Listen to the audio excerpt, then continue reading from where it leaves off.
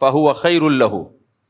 قرآن کی آیت پڑھی جاتی ہے کہ جو اضافی جو بھی کچھ کرے گا وہ اس کے لیے بہتر ہے, یعنی نہ کرے تو ٹھیک ہے, کر لے تو اچھی بات ہے. تو اس کی بنیاد بنا کے کتنے لوگوں نے فجر کی سنتیں بھی چھوڑ دیں, ظہر کی سنتیں بھی چھوڑ دیں, مغرب عشاء کی سنتیں بھی چھوڑ دیں. تو یہ نام نہاد جو محققین آج کل آئے ہوئے ہیں نا, ان کی باتوں میں مت آیا کرو. ایک دو حدیثیں پڑھ لیتے ہیں اور ان کو کبھی بھی جواب دلائل سے مت دیا کرو, ان کو ہمیشہ جواب دیا کرو الزامی. الزامی جواب کا مطلب یہ ہوتا ہے, یہ اصول ہمیشہ کے لیے پلے باندھ لو. باطل کے پاس اتنی طاقت نہیں ہوتی کہ وہ دلیل سے بات کرے. وہ دلیل آپ کو دلیل اس لیے لگ رہی ہوتی ہے کہ آپ کا علم بہت کم ہوتا ہے, تو آپ اس کو دلیل دو گے, وہ پھر دلیل کا جواب دے گا, الجھا دے گا آپ کو. اب عالم کو تو پتہ چل جائے گا یہاں گڑبڑ کر رہا ہے, یہ عامی آدمی کے لیے مشکل ہوتی ہے. تو ہمیشہ جب بھی کسی اہل باطل سے آپ کا مقابلہ ہونا, الزامی جواب دیا کرو. الزامی کا مطلب کیا ہوتا ہے؟ الزامی کا مطلب یہ ہوتا ہے کہ اگر آپ کا یہ اصول ٹھیک مان لیتے ہیں ہم, تو پھر آپ خود اس اصول کو کئی جگہ پہ کیوں توڑ رہے ہو؟ آپ بھی تو اس اصول کو خود کئی جگہ پہ توڑتے ہو. تو یہ لوگ جو کہتے ہیں نا سنت موقد, لوگ ویسے ہی نماز نہیں پڑھ رہے آج کل. پڑھتے ہیں تو اتنی لنگڑی لولی نمازیں کہ سنت موقد ہی ختم کر دیں. تو جو بھی آپ سے کہا کرے نا سنت موقدہ نہیں ہوتی, تو اس سے کہیں کہ اچھا ٹھیک ہے, پھر ہم پھر نماز ایسے شروع کریں گے, اللہ اکبر کہہ کے نیت باندھی, ثنا پڑھنے کی ضرورت نہیں ہے کیونکہ سبحانک اللہم یہ لازم نہیں ہے. ڈائریکٹ سورہ فاتحہ پڑھو, اس سے پہلے اعوذ باللہ بسم اللہ بھی پڑھنے کی ضرورت, بلکہ ہم وضو سے شروع کرتے ہیں. وضو میں صرف 4 فرض ہیں, قلی کرنے کی بھی ضرورت نہیں ہے, ناک میں پانی ڈالنے کی بھی ضرورت نہیں ہے, نفل ہے جو ڈال لے ٹھیک ہے, نہیں ڈالے ساری زندگی نہ ناک میں پانی ڈالے. اور 1 دفعہ چہرہ دھونا فرض ہے, 3 دفعہ فرض نہیں ہے, ایک ہی دفعہ دھوئے. کیا ضرورت ہے 3 دفعہ دھونے کی؟ آپ کہہ سکتے ہیں کہ دھو لے تو ثواب ہی ملے گا نا, اس لیے ہم ترغیب دیتے ہیں کہ دھو لیں. بھائی آپ وہاں یہ بھی تو کہو نا کہ ایک چیز فرض نہیں ہے تو لوگ اس کو لازم کیوں سمجھ رہے ہیں؟ کوئی دھوئے, کچھ لوگ ایسے بھی ہوں جو نہ دھوئیں, کچھ لوگ ایسے ہوں جو سنت موقدہ کے ساتھ نماز پڑھیں, کچھ ایسے ہوں جو بغیر سنت موقدہ کے ساری زندگی پڑھتے رہیں. تو جو چیز لازم نہیں ہے اس کی تاکید کیوں کر رہے ہو آپ؟ تو ایسا ہونا چاہیے کہ 1 دفعہ چہرہ دھوئیں اور 1 دفعہ بازو دھوئیں, بس اتنا کہ ہاتھ گیلے ہو جائیں. 3 دفعہ کے تکلف کی ضرورت نہیں ہے. اور پھر جب نماز پڑھیں تو سورہ فاتحہ سے ڈائریکٹ شروع کر دیں, اعوذ باللہ بسم اللہ پڑھنے کی, ثنا پڑھنے کی ضرورت نہیں ہے. پھر جب رکوع میں جائیں تو بہت سے فقہا کے نزدیک رکوع کی تسبیحات لازمی نہیں ہے, سنت ہے, سنت موقدہ ہے, تو اس کی بھی ضرورت نہیں ہے. ٹھک سے رکوع کیا اور ایسے کر کے ٹھک سے کھڑے ہو گئے. کیا خیال ہے بھائی؟ کوئی ضروری تھوڑی ہے. آپ کسی بھی مفتی سے پوچھیں کہ کسی سے رکوع کی تسبیحات اگر رہ جائیں تو کیا نماز ہو جائے گی؟ وہ کہے گا ہاں ہو جائے گی, کیونکہ واجب نہیں ہے. اور اگر کسی کے نزدیک واجب ہے تو 3 دفعہ واجب نہیں ہے, 1 دفعہ واجب ہے. تو 3 دفعہ بالکل نہ پڑھیں, 1 دفعہ پڑھ لیں, اور ہمیشہ یہی معمول بنائیں. پھر سجدے میں جائیں تو 1 تسبیح پڑھ لیں, اور وہ بھی نہ پڑھیں تو بھی کوئی ضروری نہیں ہے. اس طریقے سے 4 رکعتیں پڑھیں, اور آخری رکعت میں اتحیات کے بعد درود شریف پڑھنا لازم نہیں ہے, کسی کے نزدیک بھی واجب نہیں ہے, سنت ہے, تو وہ بھی نہ پڑھیں. ہمیشہ اتحیات کے بعد سلام پھر لیں. اور ہاتھ باندھنے کی بھی ضرورت نہیں ہے, ویسے ہاتھ کھول کے نماز پڑھ لیں. تو جب شریعت کے ہر حکم میں, یہ تو صرف ایک حکم ہے نا, افطار روزہ جب آپ رکھتے ہیں تو افطار میں جلدی کرنا کیا واجب ہے؟ اگر کوئی جلدی افطار نہیں کرے گا تو کسی سے سنا گناہ گار ہوگا. میری طرف توجہ, کوئی گناہ نہیں ہے بھائی, بہتر ہے جلدی کر لیں افطار, تو نہ کریں 1 گھنٹے بعد افطار کر لیا کریں. تو یہ پورا دین جو ہے نا ہمارا, یہ ڈھانچہ رہ جائے گا, کھوکھلا ہو جائے گا بالکل. فقہائے کرام نے دین کو بہت اچھی طرح سمجھا ہے, بہت ڈیپ میں گئے ہیں, انہوں نے کہا کہ بھائی دیر آر 2 types آف سنت. سنت کی کتنی قسمیں ہیں؟ 2. ہم نے جب نبی کی سیرت میں غور کیا تو پتا چلا کہ کچھ سنتیں ایسی ہوتی ہیں جن کی تاکید نہیں ہے, وہ چھوڑ دیں ساری زندگی, کوئی مسئلہ نہیں ہے. لیکن کچھ سنتیں ایسی ہیں جن کی تاکید ہے, اور تاکید کی وجہ سے ان کو کیا کہا گیا؟ سنت مؤکدہ. وہ کبھی کبھار چھوٹ جائیں تو ٹھیک ہے, بلا وجہ چھوڑنا وہ ٹھیک نہیں ہے. جو چھوڑنے کا معمول بنا لے گا تو غالب گمانے کے وہ گنہگار ہوگا, اور اس کو یہ کام کرنے نہیں دیا جائے گا, قابل ملامت ہوگا, برا بلا کہا جائے گا اس کو. لہذا اگر کوئی نماز شروع کرتا ہے, نہ سبحانک اللہم پڑھتا ہے, نہ اعوذ باللہ بسم اللہ پڑھتا ہے, نہ رکوع کی تسبیحات پڑھتا ہے, نماز تو ہو گئی بھائی, فرض ہے, اللہ نے فرض کی, جو فرائض تھے وہ پورے کر لیے, قضا اب اس کی قضا لازم نہیں ہے, فرض ادا ہو گیا. کیا اس پر ہم یہ آیت پڑھ لیں گے فمن تطوع خیرا فہو خیر لہ, جو اضافی کرنا چاہے ثنا بھی پڑھ لے اور درود شریف بھی پڑھ لے وہ بہتر ہے, نہ پڑھے تو کوئی حرج نہیں. نہ نماز کیا کہلائے گی؟ ناقص. تو جیسے نماز کے اندر 2 طرح کی سنتیں ہیں, کچھ سنت مؤکدہ اور غیر مؤکدہ, اسی طرح نماز کے باہر کی بھی کچھ سنتیں ہیں, کچھ سنت مؤکدہ اور کچھ سنتیں غیر مؤکدہ. نبی نے کبھی بھی فجر کی نماز سے پہلے 2 سنتیں ضائع نہیں کی ہیں, اور یہ نماز میں شامل ہیں, فرائض کی تکمیلات کے لیے. اس کی سب سے بڑی دلیل یہ ہے کہ ہمیں کچھ سنتیں ایسی ملتی ہیں جو فرائض کے توابع میں سے نہیں ہیں, فرائض کے تابع نہیں ہیں. جیسے اشراق کی نماز, کسی نے فجر نہ بھی پڑھی ہو تو اشراق پڑھے گا, ہو جائے گی. عشاء نہ بھی پڑھی ہو تہجد پڑھے گا, تہجد کہلائے گی وہ. لیکن فجر کی 2 سنتیں جب ہی سنت کہلائیں گی جب 2 فرض بھی ہو اس کے ساتھ, کیونکہ وہ ہیں ہی فرض کی وجہ سے ہیں, وہ فرض نہ ہوتی تو وہ بھی نہ ہوتی. ظہر کی سے پہلے کی 4 سنتیں ان کی انڈیویجولی کوئی حیثیت نہیں ہے, وہ جب ہی ہیں جب ظہر کے 4 فرض آپ نے پڑھنے ہیں. اسی طرح ظہر کے بعد کی 2 سنتیں جب ہی ہیں جب ظہر کے 4 فرض پڑھنے ہیں. کوئی اکیلے 2 سنتیں پڑھ کے چلا جائے تو اس کی کوئی حیثیت, وہ عام نوافل ہوں گے وہ. تو یہ جو سنتیں ہیں جن کی نبی صلی اللہ علیہ وسلم نے ہمیشگی کی ہے, جب بھی فجر پڑھی آپ نے فجر کے ساتھ پہلے 2 سنتیں پڑھی ہیں, اس میں جب بھی آپ نے ظہر پڑھی اس سے پہلے آپ نے 4 پڑھی ہیں, اور اس کے بعد بھی آپ نے 2 پڑھی ہیں. اس پہ صحیح حدیث موجود ہیں. تو اس لیے فقہائے کرام نے ان میں بھی تفریق کی ہے, ایک سنت مؤکدہ اور ایک سنت غیر مؤکدہ. تو اب آپ نے ایک فتویٰ جاری کر دیا کہ فرائض پڑھ لو بس کافی ہے, اس کے ساتھ سنت کی کوئی ضرورت نہیں ہے. تو یہ اس کی دلیل ہے کہ آپ کو سنت مؤکدہ اور غیر مؤکدہ کا فرق معلوم نہیں ہے. اور میں آسان مثال دیتا ہوں, بہت سے علماء کے نزدیک قربانی واجب نہیں ہے, لیکن وہ کہتے ہیں سنت مؤکدہ ہے, یعنی چھوڑنا ٹھیک نہیں ہے صاحب استطاعت پر, کیونکہ اتنی اس پہ وعید ہے. آپ نے انکار کر دیا, سنت مؤکدہ کوئی چیز ہی نہیں ہے, تو جب انکار کر دیا تو وہ تو بہت سارے دین کے حکام غائب ہو جائیں گے. دوسرا ایک اور مسئلہ, ابھی ایک نیا مسئلہ, کیونکہ فوراً جب فتنہ ہوتا ہے نا اسی وقت اس کے خلاف بولنا شروع کر دو تو دب جاتا ہے. ایک نیا مسئلہ بھی آج کل کھڑا ہو گیا ہے. بعض اسکالرز نے یہ کہنا شروع کر دیا کہ والدین کی اطاعت کا قرآن میں کہیں بھی حکم نہیں ہے, والدین کے ساتھ حسن سلوک کا تو حکم ہے, ان کی اطاعت کا حکم نہیں ہے.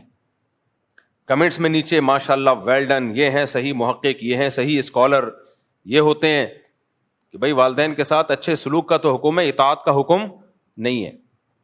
اتنی شدید وعید ہے نا. نبی سے جب پوچھا گیا نا اکبر الکبائر, کبیرہ کے بھی بڑے گناہوں میں کون سا بڑا گناہ ہے, تو اس میں آپ نے عقوق الوالدین, عقوق نافرمانی کو کہتے ہیں, والدین کی نافرمانی.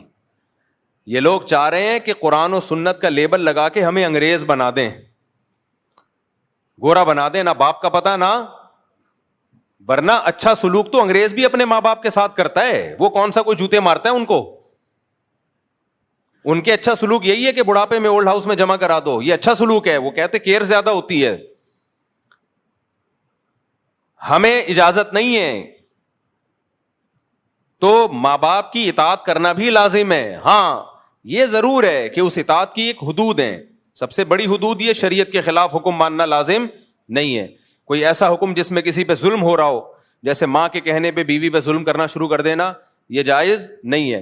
اسی طرح شریعت نے کچھ بنیادی رائٹس ہر شخص کو دیے ہیں, کچھ بنیادی حقوق دیے ہیں, جس کو آپ اسلام کی زبان میں ہیومن رائٹس کہہ سکتے ہیں. اس میں ماں باپ کی اطاعت لازم نہیں ہے, ہر انسان کی ایک انڈیویجول لائف بھی ہوتی ہے. مثال کے طور پر آپ کو ڈاکٹر بننے کا شوق ہے, ابا کہہ رہے ہیں نہیں تو تاجر بنے گا, زبردستی کا تاجر بنا رہے ہیں آپ کو, تو آپ پر اطاعت لازم نہیں ہے. بھائی میں میڈیکل سائنس میں مجھے دلچسپی ہے, ابا کہہ رہے ہیں کہ تو تاجر بنے گا, آپ کو ڈاکٹر بننے کا شوق ہے, تو اس میں زبردستی والدین نہیں کر سکتے. اسی طرح نکاح کا مسئلہ بار بار بیان کرتا رہتا ہوں, آپ اپنے خرچے پہ نکاح کرنا چاہ رہے ہو, والدین کو روکنے کا حق نہیں ہے, کیونکہ یہ انسان کے بنیادی حقوق ہیں. آپ سفر کرنا چاہتے ہو, والدین زبردستی روک رہے ہیں آپ کو, جبکہ ان کو کوئی نقصان بھی نہیں ہے آپ کے سفر کرنے سے. تو ٹریولنگ یہ ہر ایک کا بنیادی حق ہے. اس ٹریولنگ میں اگر آپ کو کوئی فائدہ ہے, یا ایسا حکم دے رہے ہیں جس میں ان کا کوئی نقصان نہیں ہے, پھر بھی آپ پہ بلا وجہ کے ایک حکم مسلط کر رہے ہیں. بعض ہوتے ہیں بس چڑچڑے طبیعت ہو جاتی ہے ان کی, بلا وجہ کا آرڈر جاری کر رہے ہوتے ہیں, حالانکہ اس آرڈر کو پورا کرنے میں ان کا کوئی فائدہ نہیں ہے. تو وہ ایک الگ بات ہے. لیکن نارملی مباح چیزوں میں ماں باپ جب کسی بات کا حکم دے دیں تو شریعت میں ان کی اطاعت لازم ہے. آپ کے پاس نو کا آپشن نہیں ہے اس میں.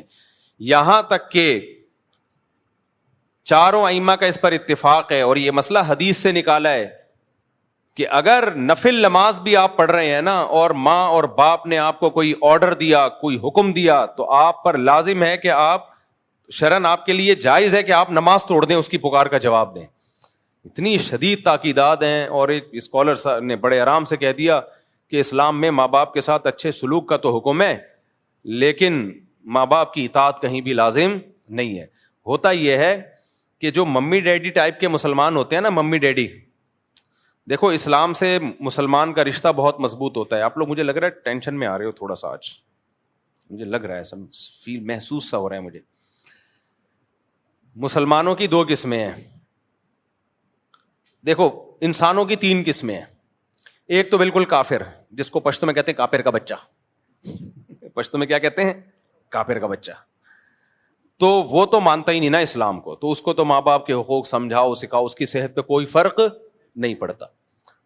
پھر جو مسلمان ہیں ان کی دو قسمیں ہیں. ایک ہے ماڈرن مسلمان, جن کا کلمے کا رشتہ قائم ہے, بچپن میں ختنیں ہو گئی تھی ان کی, اور ابا اماں مسلمان تھے, تو تھوڑا بہت اسلام سے رشتہ ہے, اور اسلام میں اٹریکشن اتنی ہے, اسلام کو چھوڑنا آسان نہیں ہے. کیونکہ انسان ایک دفعہ جب اسلام میں اس کلچر میں آ جائے نا, وہ کہے گا بھائی سب کچھ ہو جائے گا, دنیا چھوڑ دوں گا, اسلام نہیں چھوڑوں گا. اب اسلام چھوڑنا آسان نہیں ہے. بہت ہی کوئی بدبخت قسم کے لوگ ہوتے ہیں, بہت ہی پتھر دل ہوتے ہیں جو اسلام چھوڑ دیتے ہیں. تو اس میں اللہ نے حسن اتنا رکھا ہے نا, جو ایک دفعہ اسلام کا چاشنی چکھ لے, مزہ چکھ لے, وہ کہاں چھوڑے گا. لیکن ان سے عمل ہوتا نہیں ہے. رہے وہ یورپ میں, امریکہ میں, گوروں کے ساتھ ماڈرن لائف, تو ان کو ماڈرن اسلام چاہیے ہوتا ہے. ایسا اسلام جس میں لیبل بھی اسلام کا لگ جائے اور کرتوت سارے انگریزوں والے ہوں. گورا ٹینشن لیس زندگی گزارتا ہے, ماں کی ٹینشن بھی نہیں ہے, باپ کی ٹینشن بھی نہیں ہے, وائف کی ٹینشن بھی نہیں, اور وائف کو ہسبینڈ کی ٹینشن بھی نہیں ہے. ہسبینڈ ہو کے بھی اس کی ٹینشن نہیں ہے, کیونکہ وہ ہسبینڈ کسی کام کا ہوتا نہیں ہے. کیونکہ اس ہسبینڈ کے ہوتے ہوئے وائف کا ریلیشن جمشید سے بھی ہو سکتا ہے, غفار سے بھی ہو سکتا ہے.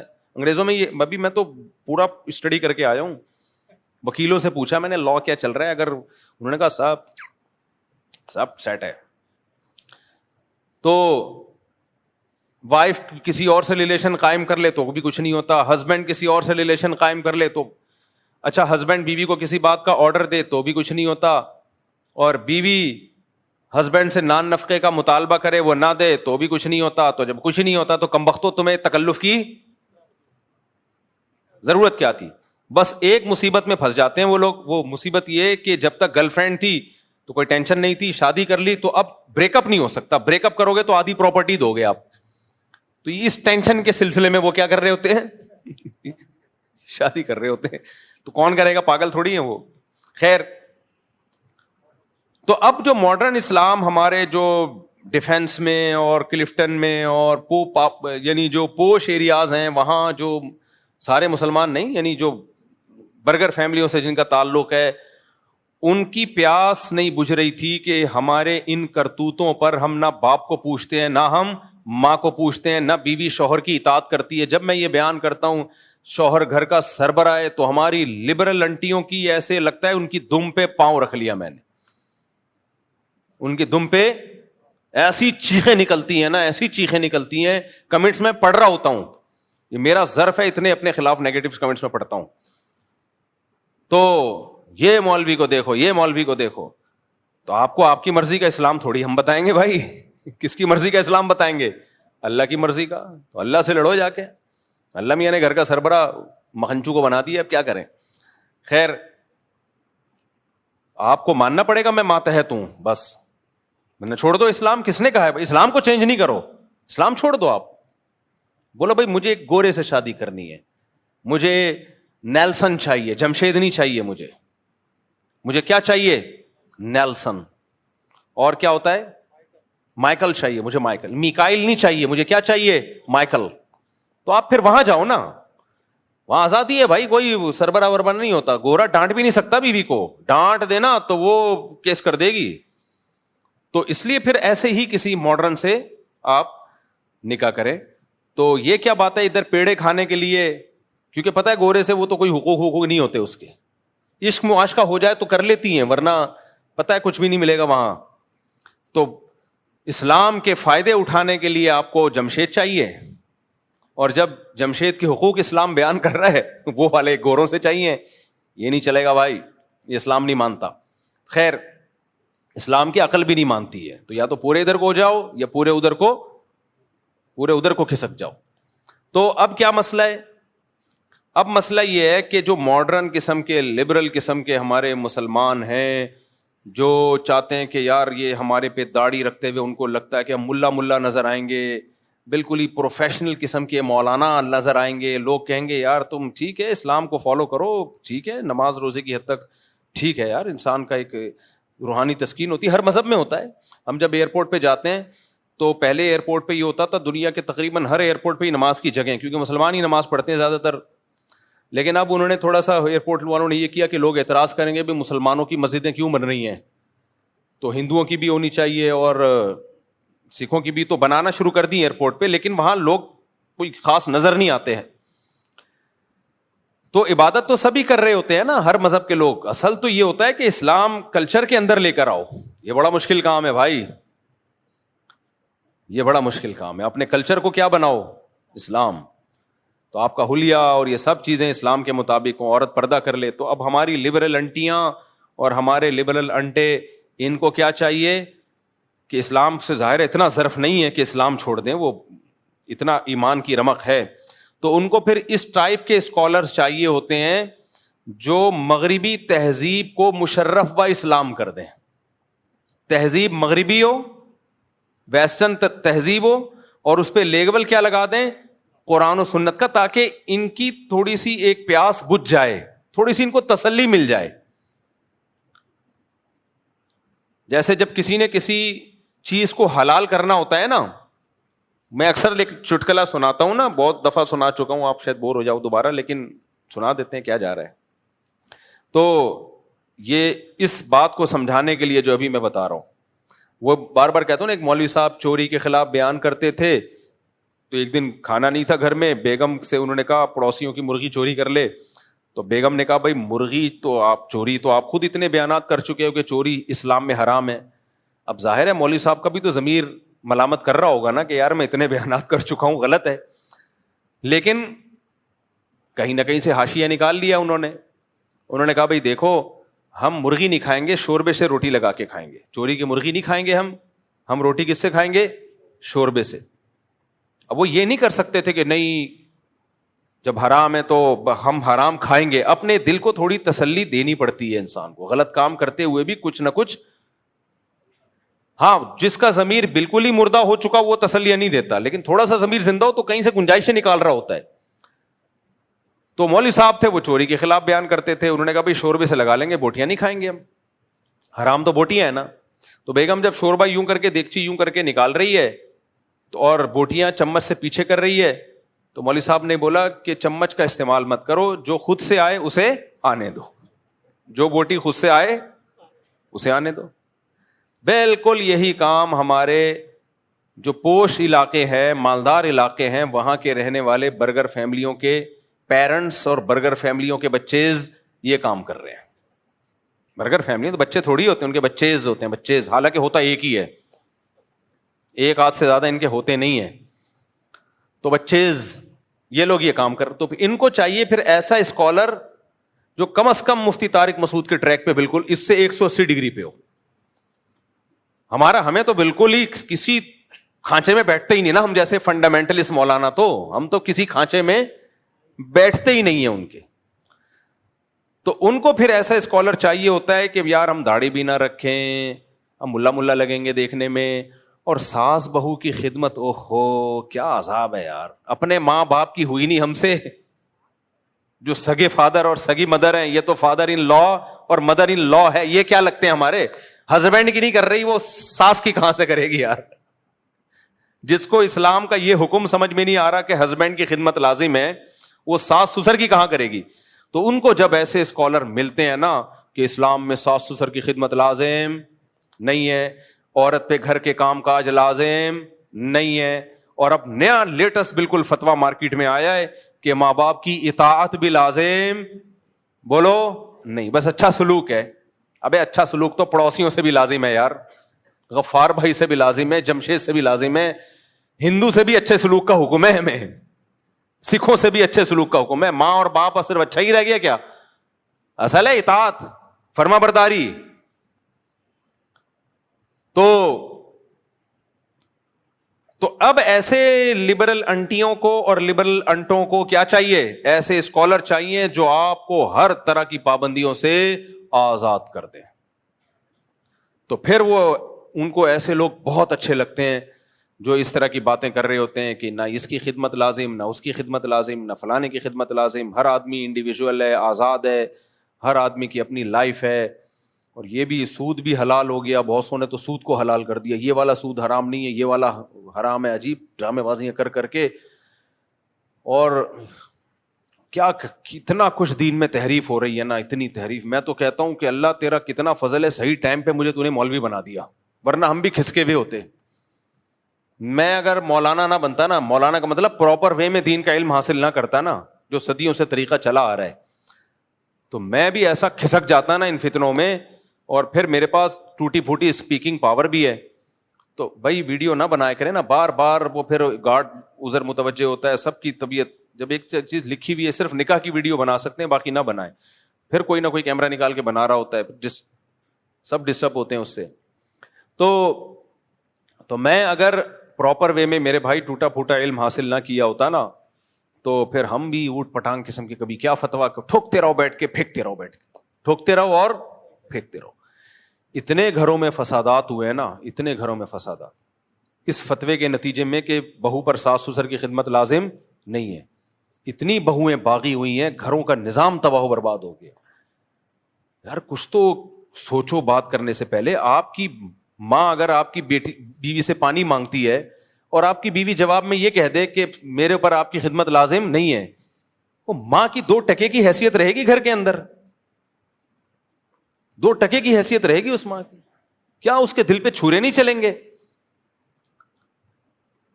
باپ کہہ رہا ہے اپنی بہو سے کہ بیٹا مجھے روٹی پکا دو, میں بھوک لگ رہی ہے, مجھے نہیں پکانا آتی, تم فارغ بیٹھی ہو پکا دو. وہ کہے میرے اوپر آپ کی خدمت لازم نہیں ہے, میں نہیں پکا رہی. پھینک دو, بس کچھ بھی پھینک دو. پتہ نہیں یہ لوگ اپنی بیویوں کو کیسے رکھتے ہیں اپنے گھروں میں اپنے ماں باپ کے ساتھ. جو اسکالر فتویٰ دینا کہ عورت پر ساس سسر کی خدمت لازم نہیں ہے, اس کو بولا کہ سب سے پہلے یہ فتویٰ اپنی بیوی کو سکھایا کرو کہ تم پر لازم نہیں ہے. میری ماں بولے نا چائے بناؤ, تم پر لازم نہیں ہے, اور میرا کلپ چلا دینا کہ آپ کا بیٹا کہہ رہا ہے کہ آپ کی خدمت مجھ پر لازم, بولو نہیں. آج ایک صاحب آئے, ہاں ظلم بہرحال ظلم ہے, اس کے خلاف آواز اٹھانی چاہیے. بعض ساسوں نے بہوؤں کا نچوڑ دیا ہے بالکل, نہ یہ دیکھ رہی ہوتی ہیں اس کے سونے کا ٹائم کیا ہے, نہ یہ دیکھ رہی ہوتی ہیں اس کی طبیعت کیا ہے. تو ماسی نہیں ہے وہ, بہرحال اس کو ایسا غلام بنا لینا کہ ماسی میں اور بہو میں فرق ختم ہو جائے, غلط ہے. لیکن جب بھی اجتماعی سطح پہ رہا جاتا ہے تو ایک دوسرے کی خدمت کی جاتی ہے, خیال کیا جاتا ہے. آج ایک صاحب نے بتایا کہ کیا حالات ہیں کہ بیگم صاحبہ نے کہیں بیان سن لیا کہ گھر سنبھالنا جو ہے, یعنی گھر میں انتظام گھر کا کرنا, یہ ہم عورت کے ذمے نہیں ہے. کھلا وہ رہا ہے, پلا وہ رہا ہے, وہ بیٹھی ہوئی ہے کچھ بھی نہیں کر رہی سارا دن. میرے ذمے نہیں ہے, آپ کے ذمے ہے کہ آپ ماسی رکھیں, ٹھیک ہے نا. تو بچے تو ویسے ہی پیدا نہیں ہو رہے, وہ ایک آدھ کے بعد ختم ہو جاتے ہیں, تو کچھ کیا ذمے میں بھائی پھر. نبی صلی اللہ علیہ وسلم نے سیدہ فاطمہ کے ذمے لگایا کہ گھر سنبھالنا کس کے ذمے ہے؟ سیدہ فاطمہ کے ذمے. سیدہ فاطمہ سے بڑی کوئی عورت ہو سکتی ہے؟ ان سے بڑی کوئی شہزادی ہو سکتی ہے؟ اور حضرت علی کے ذمے لگایا گھر کے باہر کا کام کس کے ذمے ہے؟ آپ کے ذمے. ہاں یہ بات الگ ہے, فقہا نے یہ مسئلہ بیان کیا ہے کہ اگر کوئی بہت مالدار گھرانے سے ہو, بہت بڑے گھرانے کی لڑکی ہے جن کے گھروں میں کام کاج کا رواج ہی نہیں ہے, اب آپ رائل فیملی کی کسی شہزادی سے شادی کر کے گھر لے آئیں, پھر تھوڑی وہ کھانا پکائے گی, کیونکہ قرآن نے کہا عاشروہن بالمعروف, معروف طریقے سے ان کے ساتھ چلو. تو معروف طریقہ ہر قوم کا, ہر کلچر کا الگ ہوتا ہے. تو جو بہت مالدار گھرانے کی عورتیں ہیں جن کے گھروں میں نوکر چاکر ہوتے ہیں, تو اس کو یہ رائٹ پورا شریعت نے دیا ہے کہ وہ کام کاج سے انکار کر دے.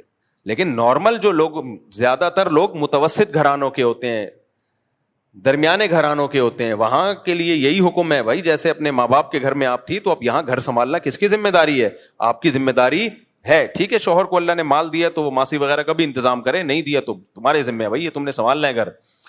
تو بہت ایکسٹرا آرڈینری کوئی مالدار ہیں جن کے گھروں میں رواج ہی نہیں تھا, نوکر چاکر میں ایسے مالدار بھی ہوتے ہیں کہ گھر میں عورتیں ایک سارا زندگی ایک کپڑے بھی کبھی استری نہیں کیے ہوتے انہوں نے, بہت رائل فیملی سے ہے, بہت کسی وزیر کی بیٹی ہے, کروڑ پتی لوگوں سے اس کا تعلق ہے, خاندان سے تعلق ہے, تو اس میں ٹھیک ہے.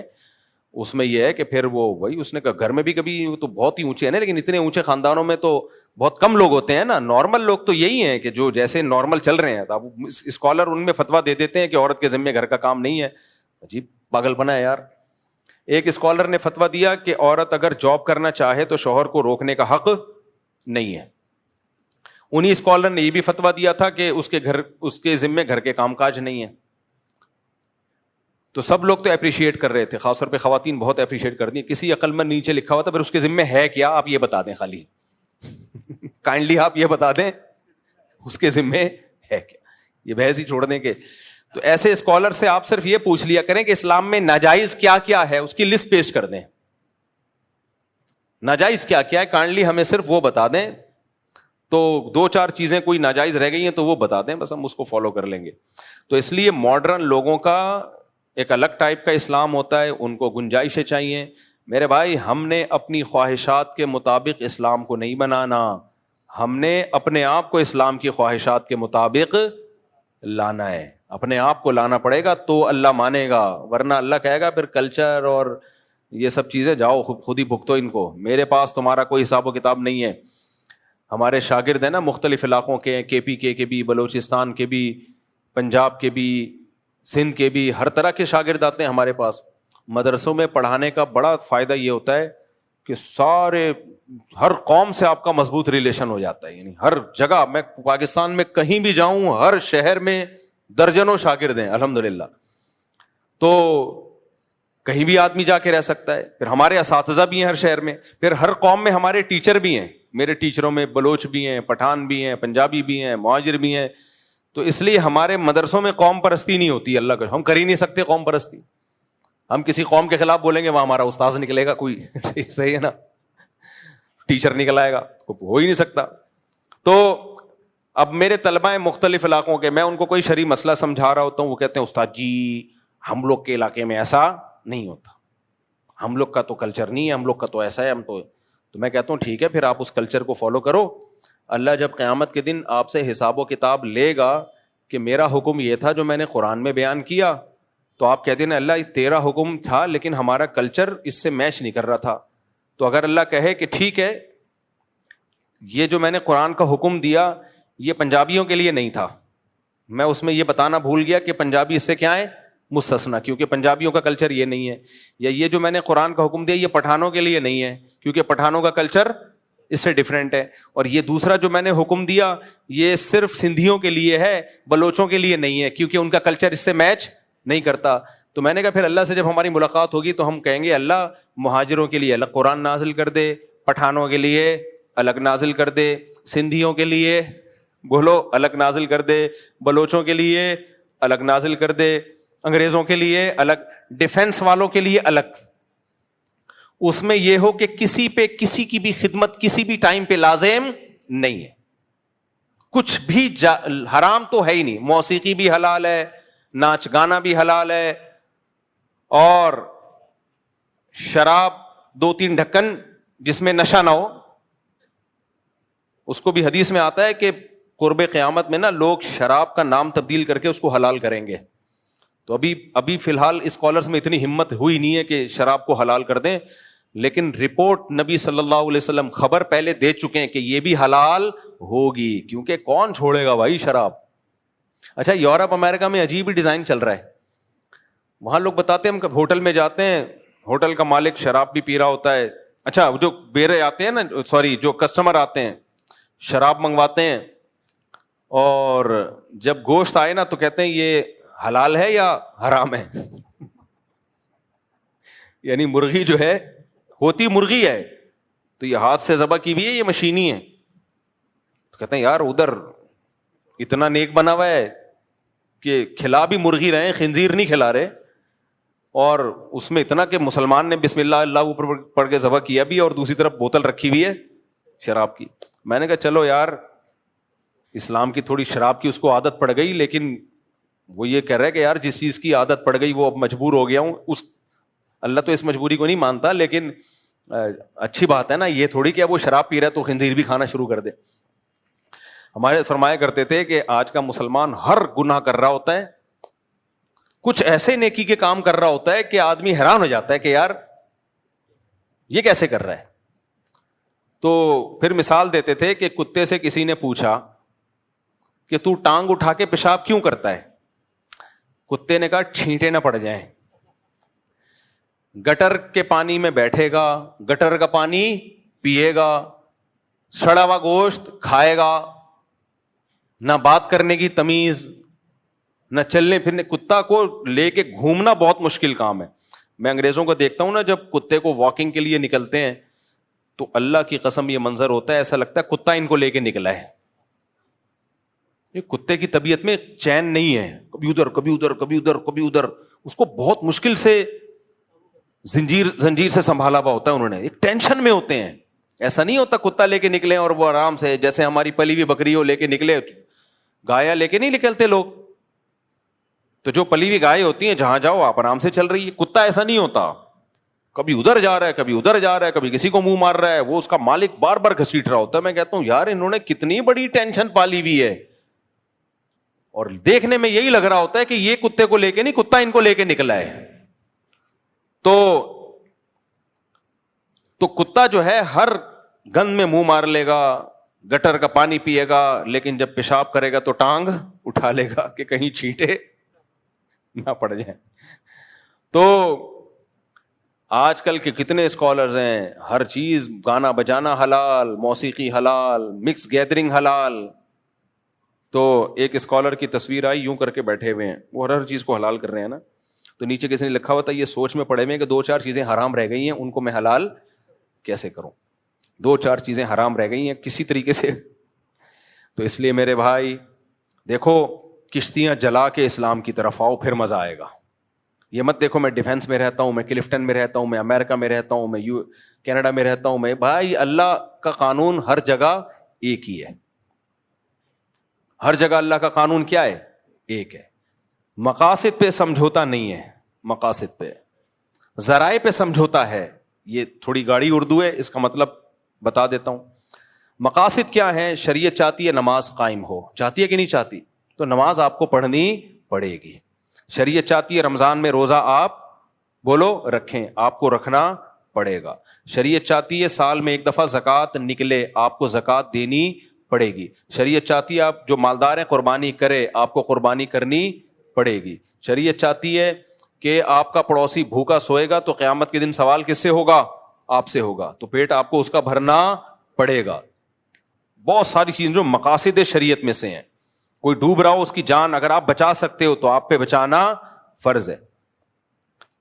ابھی دیکھو سوات میں کتنا, میں باہر ملک میں تھا, مجھے تو پہلے میں نے کہا یہ شاید فیک ہے, اے آئی سے بنائی ہوئی ویڈیو ہے. کتنے دیر تک بےچارے, اتنا بڑا خاندان دریا کے بیچ میں کھڑا ہوا ہے, کیا آدمی کی نیندیں اڑ جائیں اگر زیادہ سوچنا شروع کرے اس پہ. کوئی مدد کے لیے نہیں آیا. تو آپ کا کیا خیال ہے؟ دنیا والوں نے تو چھوڑ دیا, لوگ وقتی طور پر حکومت کو گالیاں دیتے ہیں, اس کے بعد ٹھنڈا ہو جاتا ہے معاملہ, رو دھو کے ختم ہو جاتا ہے. تو آپ کا کیا خیال ہے, اللہ بھی چھوڑ دے گا؟ اللہ تھوڑی چھوڑے گا. آخرت تو اللہ نے اس لیے رکھی ہے, ان کی ایک ایک کی پکار, ایک ایک کی چیخ جو اپنے سامنے اپنے بچوں کو ڈوبتا ہوا دیکھ رہے ہیں, ان حکمرانوں کے گلے کا پھندا قیامت کے دن بنے گی. اللہ نہیں چھوڑے گا. فرعون نے کتنا ظلم کیا تھا, بنی اسرائیل عاجز آ گئے, اور موسیٰ علیہ السلام سے ایک دن تنگ آ کے کہنے لگے, یا موسیٰ اوذینا من قبل ان تأتینا ومن بعد ما جئتنا, اے موسیٰ تیرے آنے سے پہلے بھی عذاب میں تھے, تیرے آنے کے بعد بھی عذاب میں ہیں, ہمیں تو کوئی فائدہ نہیں ہوا. حضرت موسیٰ نے کیا فرمایا, یا قوم استعینوا باللہ واصبروا, اللہ سے مدد طلب کرو, صبر کرو. اور قرآن کیا کہتا ہے, لا تحسبن اللہ غافلا عما یعمل الظالمون, ظالم کیا کر رہا ہے اللہ کو غافل مت سمجھو. دنیا میں کسی بھی ملک میں یہ واقعہ ہوتا نا, سب سے پہلے وہاں کی انتظامیہ ریزائن دے کے الگ ہو جاتی, کہ اب فوراً الگ ریزائن دے دیتے وہ.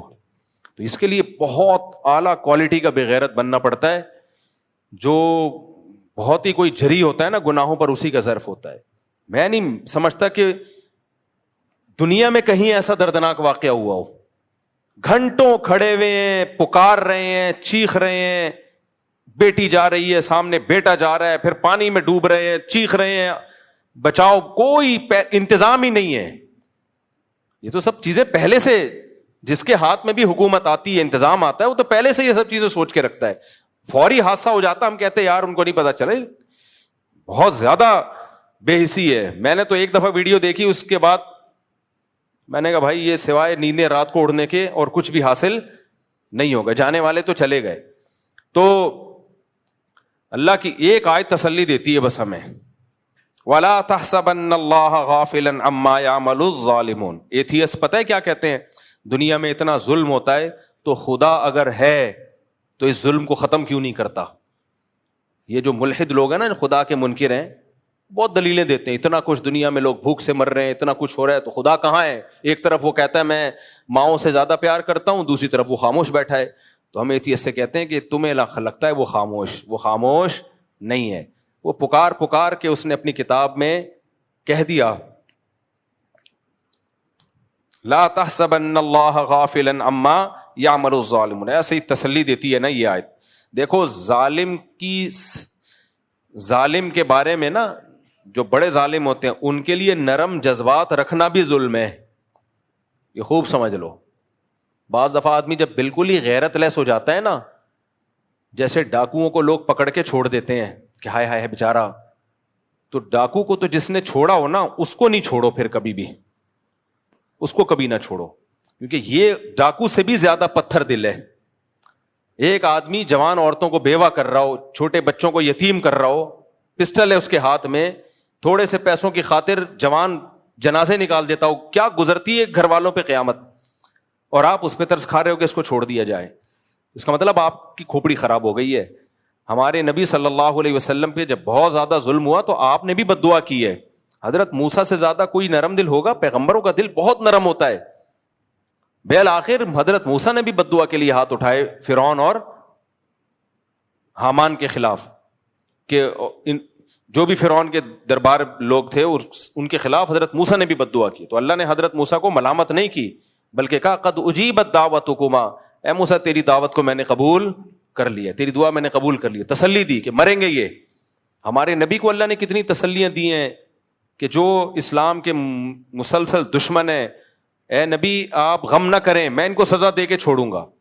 یہ جو بڑے بڑے ظالم ہوتے ہیں نا پتھر دل, ان کے لیے دل میں نرم جذبہ نہیں رکھنا چاہیے. تو تسلی ہمیں اسی سے ہوتی ہے, بھائی اللہ خاموش نہیں ہے. اللہ کہتے ہیں لا تحسبن اللہ غافلا عما یعمل الظالمون, ظالم جو کچھ کر رہا ہے اللہ کو اس سے غافل مت سمجھو. اے اللہ ہم کیوں غافل نہ سمجھیں, تو سزا تو دے نہیں رہا. بھائی جہاں سزا کی ضرورت ہو وہاں آپ سزا نہیں دے رہے تو غفلت کا الزام تو لگتا ہے نا. پھر اللہ پہ بھی کوئی الزام لگا سکتا ہے, پھر اللہ تو اگر کہہ رہا ہے میں غافل نہیں ہوں تو پھر لگ تو ایسا ہی رہا ہے معاذ اللہ کہ تو غافل ہے. تو اللہ نے جواب کیا دیا, انما یؤخرہم لیوم تشخص فیہ الابصار. دیکھو میرا ایک قانون ہے, میں نے ایک دن ہے جس کو قیامت کہا جاتا ہے, میدان حشر کہا جاتا ہے, اس دن کے لیے سزا کو مؤخر کیا ہے. یہ دنیا دار الامتحان ہے, دار العمل ہے, دار الجزا نہیں ہے. یہ بدلے کا دن تھوڑی ہے. یہاں اگر کیش بدلے ملنا شروع ہو جائیں تو سب انسان کے بچے بن جائیں, سارے نیک بن جائیں.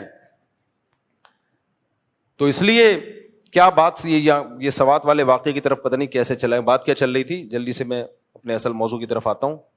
یہ بات یہاں کیسے آ گئی بھائی؟ کینیڈا کی کیا بات چل رہی تھی ہے؟ نہیں, جو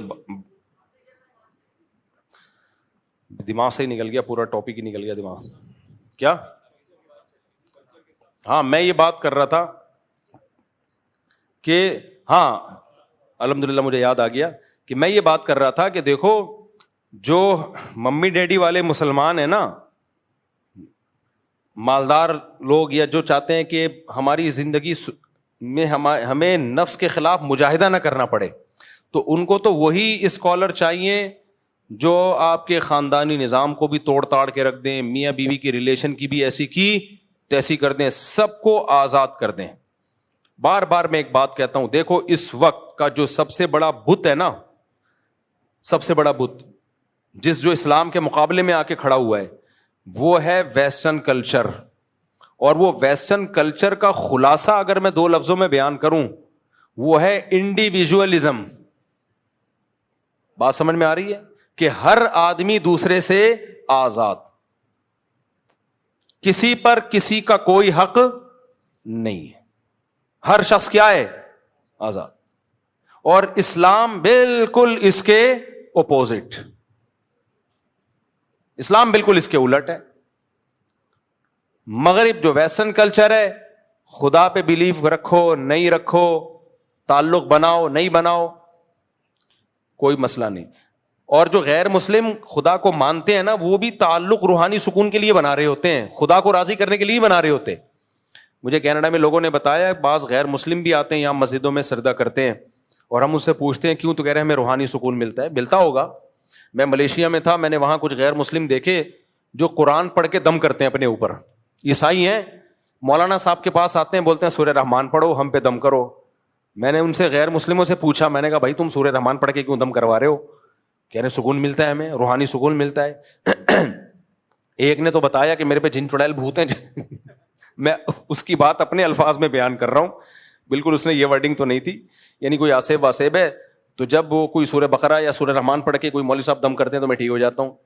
تو ان کا اگر خدا سے بھی ریلیشن ہے تو وہ اپنے لیے, اللہ کے لیے نہیں ہے, جبکہ ریلیشن میں اپنی قربانی دینی پڑتی ہے. اسلام جس ریلیشن کا قائل ہے نا, وہ ریلیشن ہے جس کا فائدہ دوسرے کو ہو رہا ہو. آپ کو ضمنی فائدہ ہوگا, اصل مقصد آپ کو اپنا فائدہ پہنچانا نہیں ہے, آپ کو اپنا فائدہ پہنچانا نہیں ہے. تبھی حدیث میں آتا ہے رشتہ اس سے جوڑنے کا حکم ہے جو تم سے توڑ رہا ہے. جو تم سے توڑ رہا ہے اس سے جوڑنے میں آپ کا کوئی فائدہ ہے یا ٹینشن ہے؟ فل ٹینشن, کوئی فائدہ ہی نہیں ہے آپ کو. اللہ سے ریلیشن, آپ کو اس میں مزہ آ رہا ہے یا نہیں آ رہا مزہ, روحانی سکون مل رہا ہے یا نہیں مل رہا, آپ نے اللہ کا حق ادا کرنا ہے. کتنے لوگ ہیں کہتے ہیں ہمیں نماز میں مزہ نہیں آتا, نماز پڑھنے کا دل نہیں چاہتا, بالکل مفتی صاحب نماز میں دل نہیں لگتا. تو میں ان سے کیا جواب میں کہتا ہوں, وہی جو علماء کہتے ہیں, بھائی دیکھو غلام کا کام ہوتا ہے آرڈر کو فالو کرنا, چاہے دل لگے چاہے نہ لگے. آپ کا باس آپ کو کہتا ہے کہ یہ چیک ہے, کمپنی کی رقم فلاں بینک میں آئی ہوئی ہے, اکاؤنٹ سے نکال کے لے آ. آپ کہیں سر مزہ ہی نہیں آ رہا جانے میں اور اکاؤنٹ سے پیسے نکالنے میں, دل ہی نہیں لگ رہا. کہے گا یہ تیرا ہیڈ ایک ہے, یہ میرا ہیڈ ایک نہیں ہے. باقی تو کہیں بھی نہیں کہہ رہے ہوتے دل لگ رہا ہے نہیں لگ رہا. نماز کا جب مسئلہ آئے گا دل نہیں لگ رہا, روزے کا مسئلہ آئے گا دل نہیں لگ رہا, تلاوت کا مسئلہ آئے گا مفتی صاحب مزہ ہی نہیں آتا. تو غیر مسلم کا جو اللہ سے ریلیشن ہے, جب تک اس کو سکون مل رہا ہوگا ریلیشن ہے, نہیں ہے سکون تو نہیں ریلیشن. مسلمان کو ایک صاحب مجھے ملے, انہوں نے کہا میں 15 سال سے تہجد پڑھ رہا ہوں لیکن میرا دل بالکل بھی نہیں لگتا. میں نے کہا شاباش. علامہ ابن سیرین رحمہ اللہ کا ایک قول مجھے یاد آیا, کہتے ہیں میں نے 20 سال تہجد پڑھی ہے نفس پہ جبر کر کے, 20 سال کے بعد دل لگنا شروع ہوا ہے. عجیب بات آپ کو بتاؤں, حدیثوں پہ حدیثیں یاد آتی ہیں, پھر مجھے ذہن کھلتا ہے جب نا نبی صلی اللہ علیہ وسلم کے پاس کچھ صحابہ آئے, کسی نے کہا میں ڈیلی روزے رکھوں گا, پوری زندگی انہوں نے روزے رکھے. آپ صلی اللہ علیہ وسلم نے فرمایا سب سے بہترین روزہ صوم داؤد ہے, داؤد علیہ السلام کا روزہ ہے. اگر کوئی روزے میں خاندانی پیکج پہ عمل کرنا چاہتا ہے نا, سب سے خاندانی, تو وہ یہ نہیں ہے کہ ڈیلی روزے رکھے, وہ داؤد علیہ السلام والے روزے رکھے. آپ نے فرمایا داؤد علیہ السلام ایک دن روزہ رکھتے تھے, ایک دن ناغا کرتے تھے, پھر روزہ رکھتے تھے, پھر ناغا کرتے تھے. اب یہ سب سے بہترین روزہ کیوں ہے؟ وجہ اس کی ہے کہ اگر آپ کنٹینیوسلی روزے رکھنا شروع کرتے ہو, آپ کی باڈی کمزور ہونا شروع ہو جائے گی. جبکہ نبی نے فرمایا اللہ کو طاقتور مومن کمزور مومن سے زیادہ محبوب. روزے کا بنیادی مقصد روحانی قوت پیدا کرنا ہے, جسمانی طور پہ کمزور کرنا روزے کا مقصد نہیں ہے. کیونکہ کمزور آدمی سے زیادہ اللہ کو کون محبوب ہے؟ طاقتور. طاقتور ہوگا تو دین کے کام بھی کرے گا, دوسروں پہ بوجھ نہیں بنے گا, کھلانے والا بنے گا نا. آج ایک صاحب آئے, میں تو مزاح کی میری عادت ہے, اتنا باریک لڑکا, بہت باریک نا, میری مزاح کی عادت ہے, کوئی توہین نہیں ہو سکتا یہاں بیان میں بیٹھا. وہ تو کہہ رہا میں آپ سے ملنا چاہتا ہوں, میں آپ سے ملنا چاہتا ہوں. میں نے کہا مل تو لیے. کہہ رہے ہیں نہیں میں آپ سے ٹائم لے کے ملنا چاہتا ہوں. میں نے کہا پھر پورے آؤ, پورے. میں آپ کو پروٹوکول جب دوں گا جب آپ پورے تو ہو. میں نے کہا بھرائی کرو, پورے آدمی پورے بن جاؤ, پھر میں آپ کو ٹائم دوں گا. میں نے کہا ابھی آپ پورے نہیں ہو. وہ بہت ہی باریک سا بیچارہ نا, تو ویسے ٹائم دے دوں گا, کوئی اتنا بڑا مسئلہ نہیں ہے. خیر, تو روزے کا مقصد کمزور کرنا نہیں ہے. کمزور کر کے کیا ہو جائے, نہ جہاد کے قابل نہ تبلیغ کے قابل, کسی کام کا نہیں رہتا وہ. باقی تو وہ جو میں جس ٹاپک پہ بیان کرتا رہتا ہوں اس کے قابل تو بالکل بھی رہے گا نہیں. میں اب چھوڑ دیا اس ٹاپک پہ بیان کرنا. کل میں نے دیکھا لوگوں نے دبا کے میرے خلاف نیگیٹو کمنٹس اتنے زیادہ کہ بس کیا بتاؤں میں. تو ڈھیٹ ہوں, چھوڑوں گا نہیں. خیر, تو جسمانی طاقت یہ ضروری ہے نا, بیمار ہوگا تو اگر کنٹینیوسلی آپ روزے رکھتے ہیں نا تو جسم آپ کا کمزور ہونا شروع ہو جائے گا اور روزوں کی عادت پڑ جائے گی, تو نفس پہ شاخ نہیں گزرے گا. یہ کام جس چیز کی عادت پڑ جاتی ہے نا, یوز ٹو ہو جاتا ہے, وہ پھر مشکل نہیں لگتا. ایسے بھی علماء گزرے 13 سال لگاتار روزہ رکھا سوائے بقرعید اور عید کے. یہ جو صاحب ہدایہ ہے نا, جو فقہ کی دنیا کی مشہور ترین کتاب, دنیا میں سب سے زیادہ اسلامی قانون کی کوئی کتاب اگر پڑھائی گئی ہے اور حکومتوں میں نافذ رہی ہے تو وہ ہدایہ ہے, جو برہان الدین مرغینانی رحمۃ اللہ علیہ بہت بڑے فقی گزرے تھے, ان کی ہے, جو فقہ حنفی کی مشہور کتاب ہے. یہ آکسفورڈ یونیورسٹی میں ایک طویل عرصے تک پڑھائی جاتی رہی ہے, اور گوروں نے جو لا بنائے ہیں نا اس کی بنیاد ہدایہ سے ہی لی ہے انہوں نے, کیونکہ گوروں کے پاس تو کچھ بھی نہیں تھا نا, اسٹرکچر ان کو کہاں سے ملایا ہے؟ ہدایہ سے ملا ہے ان کو. تو 80 جلدوں میں صاحب ہدایہ نے لکھی تھی, پھر اس کو مختصر کیا. تو اب کیا ہے, صاحب ہدایہ نے 13 سال لگاتار روزہ رکھا ہے. 13 سال. اکابر میں اسلاف میں ایسے بہت واقعات ملتے ہیں ہمیں, سوائے عید کے دن ناغا کرتے تھے, باقی رکھتے تھے وہ. تو اب کیا ہوتا ہے, کنٹینیوسلی جب آپ دیکھو رمضان میں شروع کے 3-4 دن ہمیں مشکل لگتے ہیں, اس کے بعد عادی ہو جاتے ہیں, پھر تو جس دن روزہ چھوڑنا ہو کسی بیماری کی وجہ سے وہ مشکل لگ رہا ہوتا ہے. تو داؤد علیہ السلام کیا کرتے تھے, ایک دن روزہ ایک دن ناغا. اس سے صحت بھی اچھی, ایک دن روزے کی وجہ سے باڈی کی سروس ہو گئی, اگلے دن کھا لیا. لیکن ہوتا پھر اگلے دن روزہ رکھنا بڑا مشکل ہوتا ہے, کیونکہ نہ رکھنے کی عادت پڑ رہی ہے نہ چھوڑنے کی عادت. کتنا مشکل کام ہے. اس سے روحانی قوت بڑھتی ہے, آدمی کی قوت ارادی بہت مضبوط ہو جاتی ہے کہ وہ جب چاہتا ہے جو کام کر سکتا ہے. ہم بہت سارے کام کرنا چاہتے ہیں, ہماری قوت ارادی ساتھ نہیں دے رہی ہوتی. صبح شام سوچ رہے ہوتے ہیں یہ کریں گے وہ کریں گے, کرنے کا ٹائم آتا ہوتے نہیں ہے. تو جو مشکل کام کر لیتے ہیں نا ان کی قوت ارادی ہو جاتی ہے مضبوط. جیسے جو ہمت کر کے ایک دفعہ نشہ چھوڑ لیں. ہمارے ایک دوست تھے یعنی اب دوست بنے ہیں, جب نشہ کرتے تھے اس وقت دوست نہیں تھے وہ. تو انہوں نے بتایا مجھے نشے کی عادت پڑ گئی تو مجھ سے چھوٹتا ہی نہیں تھا. کہتے ہیں میں نے کیا کیا, اپنے آپ کو گھر کے اندر بند کر لیا, کنڈی لگا دی, تالا ڈال دیا, ماں سے کہا کہ مجھے بس کھڑکی سے کھانا پہنچا دیا کرو, 6 مہینے تک میں گھر سے باہر نہیں نکلوں گا, کیونکہ گھر سے باہر جاؤں گا دوستوں میں بیٹھوں گا پھر نشہ, تو 6 مہینے مجھے تڑپنے کے لیے دے دو, چیخوں گا چلاؤں گا کوئی بات نہیں, برداشت کروں گا. بہت ٹینشن والا کام ہے یہ, ہمیں نشے کی عادت نہیں ہے نا, اس لیے ہمیں نہیں, جن کو عادت ہے ان کے لیے بہت بڑی مشکل ہے. اس نے مجھے خود واقعہ سنایا, کہہ رہے میں نے کہا جمعہ بھی نہیں پڑھنے جاؤں گا, مجبوری تھی کیونکہ جمعہ پڑھنے جاؤں گا تو مجھے ڈر تھا کہ وہی دوست مل جائے پھر نشے میں نہ لگ جاؤں, تو گھر میں ہی نماز پڑھوں گا. اور یہ برکت تھی تبلیغ کی, تبلیغ میں سر روزہ لگایا تھا, تبلیغ والوں نے بہت دنیا چینج کی ہے بھائی. جہاں بھی دنیا میں جاؤ ایسے ایسے بدماشوں کو سیدھا کر دیا, نہ کوئی ان کا ولاگ آتا ہے, نہ کوئی پوڈ کاسٹ آتی ہے, نہ کوئی کتاب ہے جس میں ان لوگوں کی داستانیں ہوں, اور ان لوگوں کی زندگیاں تبدیل کرنے میں جس شخص کا بڑا کردار ہوتا ہے اس کا بھی کوئی نام نہیں جانتا. اس لیے میں کہتا ہوں تبلیغ سے زیادہ اخلاص والا کام شاید مارکیٹ میں ہے نہیں. میرے ہاتھ میں تو 2 آدمی مسلمان ہوں گے, اگلے دن میڈیا پہ خبر آئی بھی ہوگی, حالانکہ وہ کیے کسی اور نے ہوں گے, آ کے ہمارے ہاتھ میں ہو گئے ہوں گے. تو تبلیغ کا کام میں اخلاص اینڈ ہے بھائی. تو بہت لوگوں کی زندگیاں بدلی ہیں. ہم خود جو آج یہاں دین کی خدمت کر رہے ہیں اس میں بھی تبلیغ کا دخل ہے. تبلیغی جماعت آئی تھی, اس میں ایک عالم تھے, انہوں نے مجھے گھیرنا شروع کر دیا. خیر, تو وہ شروع میں کولڈ ڈرنک چائے وائے پلاتے ہیں, اس کے پیچھے ان کے وہ رشوت ہوتی ہے وہ چائے نہیں ہوتی, وہ حلال رشوت ہوتی ہے, اس کا مقصد کچھ اور ہوتا ہے.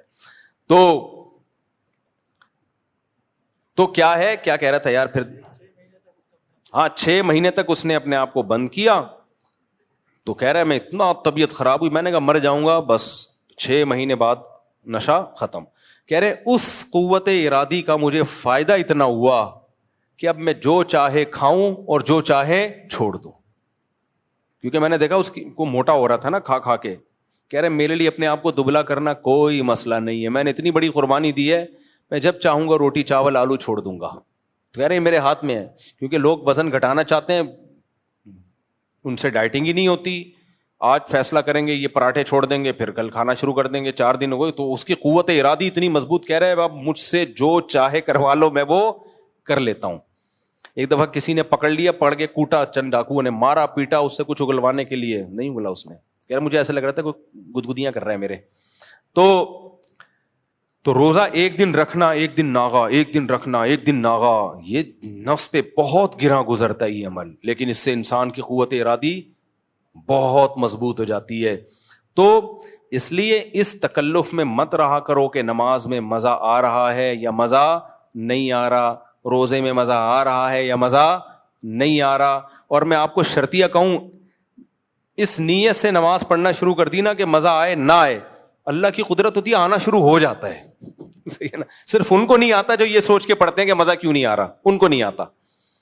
تو اسی طرح ماں باپ کی خدمت ہے, بعض دفعہ بوجھ ہوتی ہے انسان کے اوپر, بھائی چھوڑو, کس کا حکم ہے, اللہ کا حکم ہے. گھر والوں کو ٹائم دینا, بیوی بچوں کو, یہ بھی بڑا مسئلہ ہے, لوگ ٹائم نہیں دیتے. جو لوگ اپنے بچوں کو ٹائم نہیں دیتے نا, وہ بچوں کی محبت سے محروم, بچوں کی محبت سے بولو محروم. میں نے ایسے ایسے بیچارے بڈھے دیکھے ہیں, بچوں سے لنک ہی نہیں تھا ان کا. ایک صاحب نے بتایا میرے بچے ایسے بڑے ہو رہے ہیں یوں کر کے, کیونکہ کہتے ہیں میں جب صبح آفس جاتا ہوں تو وہ سو رہے ہوتے ہیں, جب آفس سے واپس آتا ہوں تو وہ سو چکے ہوتے ہیں. تو ایک دن میں نے دیکھا تھا اتنے تھے, اب مجھے تھوڑے سے, جو ملک سے باہر رہتے ہیں 2-2 سال کے بعد آتے ہیں, ان کے ساتھ کیا ہوتا ہے.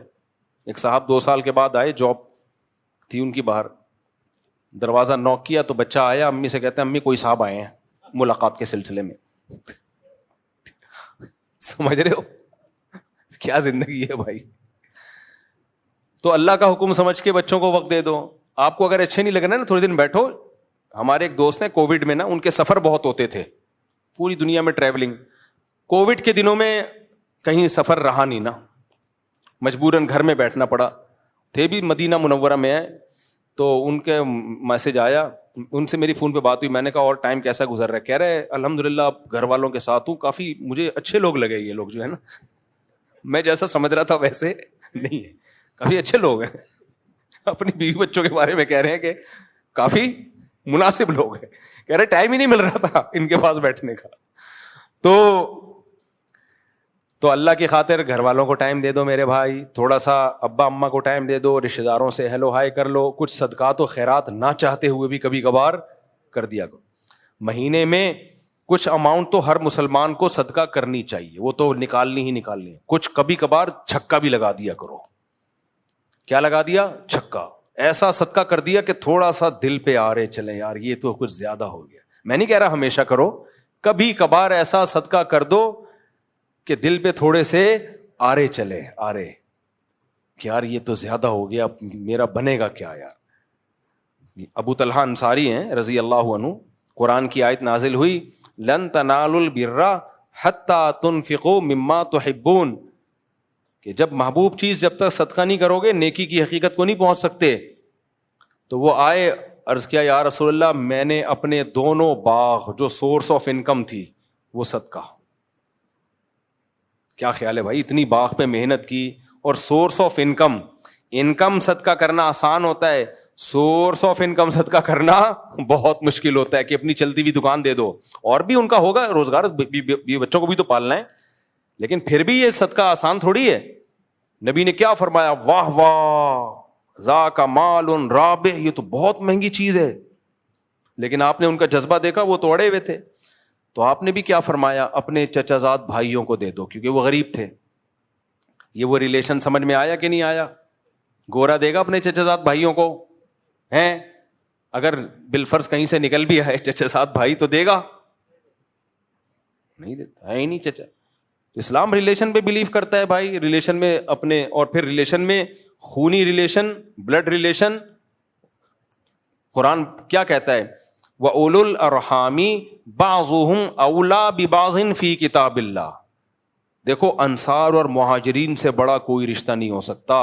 انصار نے مہاجرین کے لیے جو قربانی دی ہے اس کی تاریخ میں کوئی مثال نہیں ملتی. آج کوئی مہاجر ہجرت کر کے آئے ظلم ستم کی وجہ سے, ہم صرف اس کو ٹھکانہ دے دیں تو بڑا کمال سمجھا جاتا ہے. غیر قوم کا آدمی تھا, اپنے ملک سے آیا, ہم نے ٹھکانہ دے دیا. اول تو گورنمنٹ ٹھکانے دے رہی ہوتی ہے, پرسنلی لوگ پرسنلی تو یہ کام کر نہیں رہے ہوتے. صحابہ نے صرف ٹھکانہ نہیں دیا, اپنے کاروبار میں شریک کر لیا کہ آج سے آدھا کاروبار آپ کا ہے. یہ بہت بڑی دل گردے کی بات ہوتی ہے اتنے.